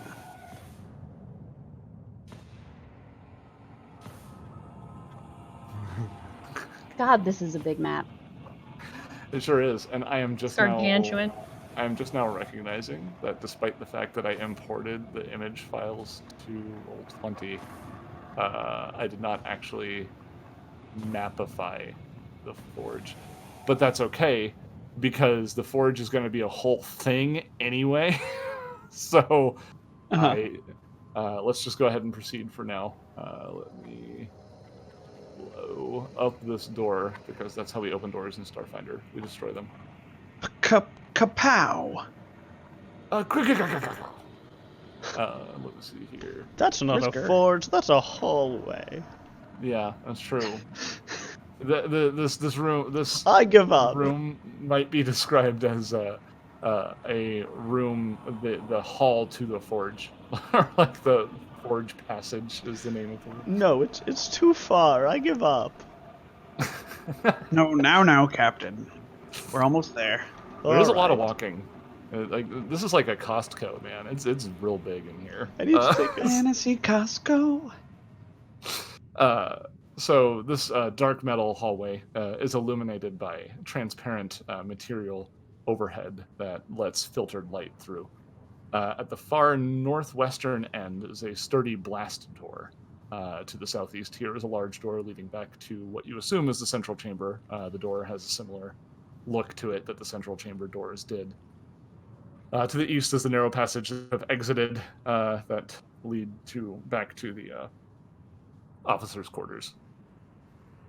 Oh, I now, get the feeling Captain, that let's you're not going to show us what's on the other side of this black line. So as you advance closer to the northwestern corner, you recognize that this door is a blast door. Like, this is a door that is meant to withstand punishment, and despite its hefty nature, you can still hear the sounds of whatever is happening on the other side. so you know that it must be extremely loud. And as you approach and attempt to open the door, you find that it has no lock and opens readily. Oh. And Oh, that's that is where convenient. we're going to wrap up for today as you enter the forge. We open the door, and a big orange glow comes through the door, and it silhouettes us as we step through, and it freeze frames right there. It's so bright and gleaming in the forge that the light overtakes everything. And then it says to be continued on the screen. And the musical sting starts playing. Yeah, I'm sorry. I mean, like, it's a whole other encounter. And Oh, we no, we wouldn't have had time for it anyway. So it works out. Yeah. The timing is good, I think. We're going through like one room per session now. Like, this is crazy. The rooms are big. High level for you. We cleared 1, 2, 3, 4, 5. We cleared 5 rooms today, and a bathroom or 2. And met the big ally question marks. Yeah. That's true. There was a little discussion going on, a little bit of role play, something that has been lacking in the last couple episodes. So I think nice to see that happen again. That is super common for book 6. Yeah, that's true. Book this 6. Is the fight book. Book 6 of Dead Sons was almost the same thing, actually, if you think about it, in that it was one giant dungeon that you're not able to take a long rest. You just sort of have to sprint through it and hope for the best. Yeah, Right. book 6 of Iron Gods is just, the ship, right? It's just, usually the last book is just a huge super dungeon. Shoutouts to Commissar Taraka for landing an 89 damage hit on Ninden. That ate through most of the Vanguard stamina pool. That's pretty scary. Yeah, that's no joke. If that hit almost every other character, that would put them into hit points almost immediately. So that's scary. Yep. Critical That's a operative trick attacks are not hit. something to mess around with. That is for sure.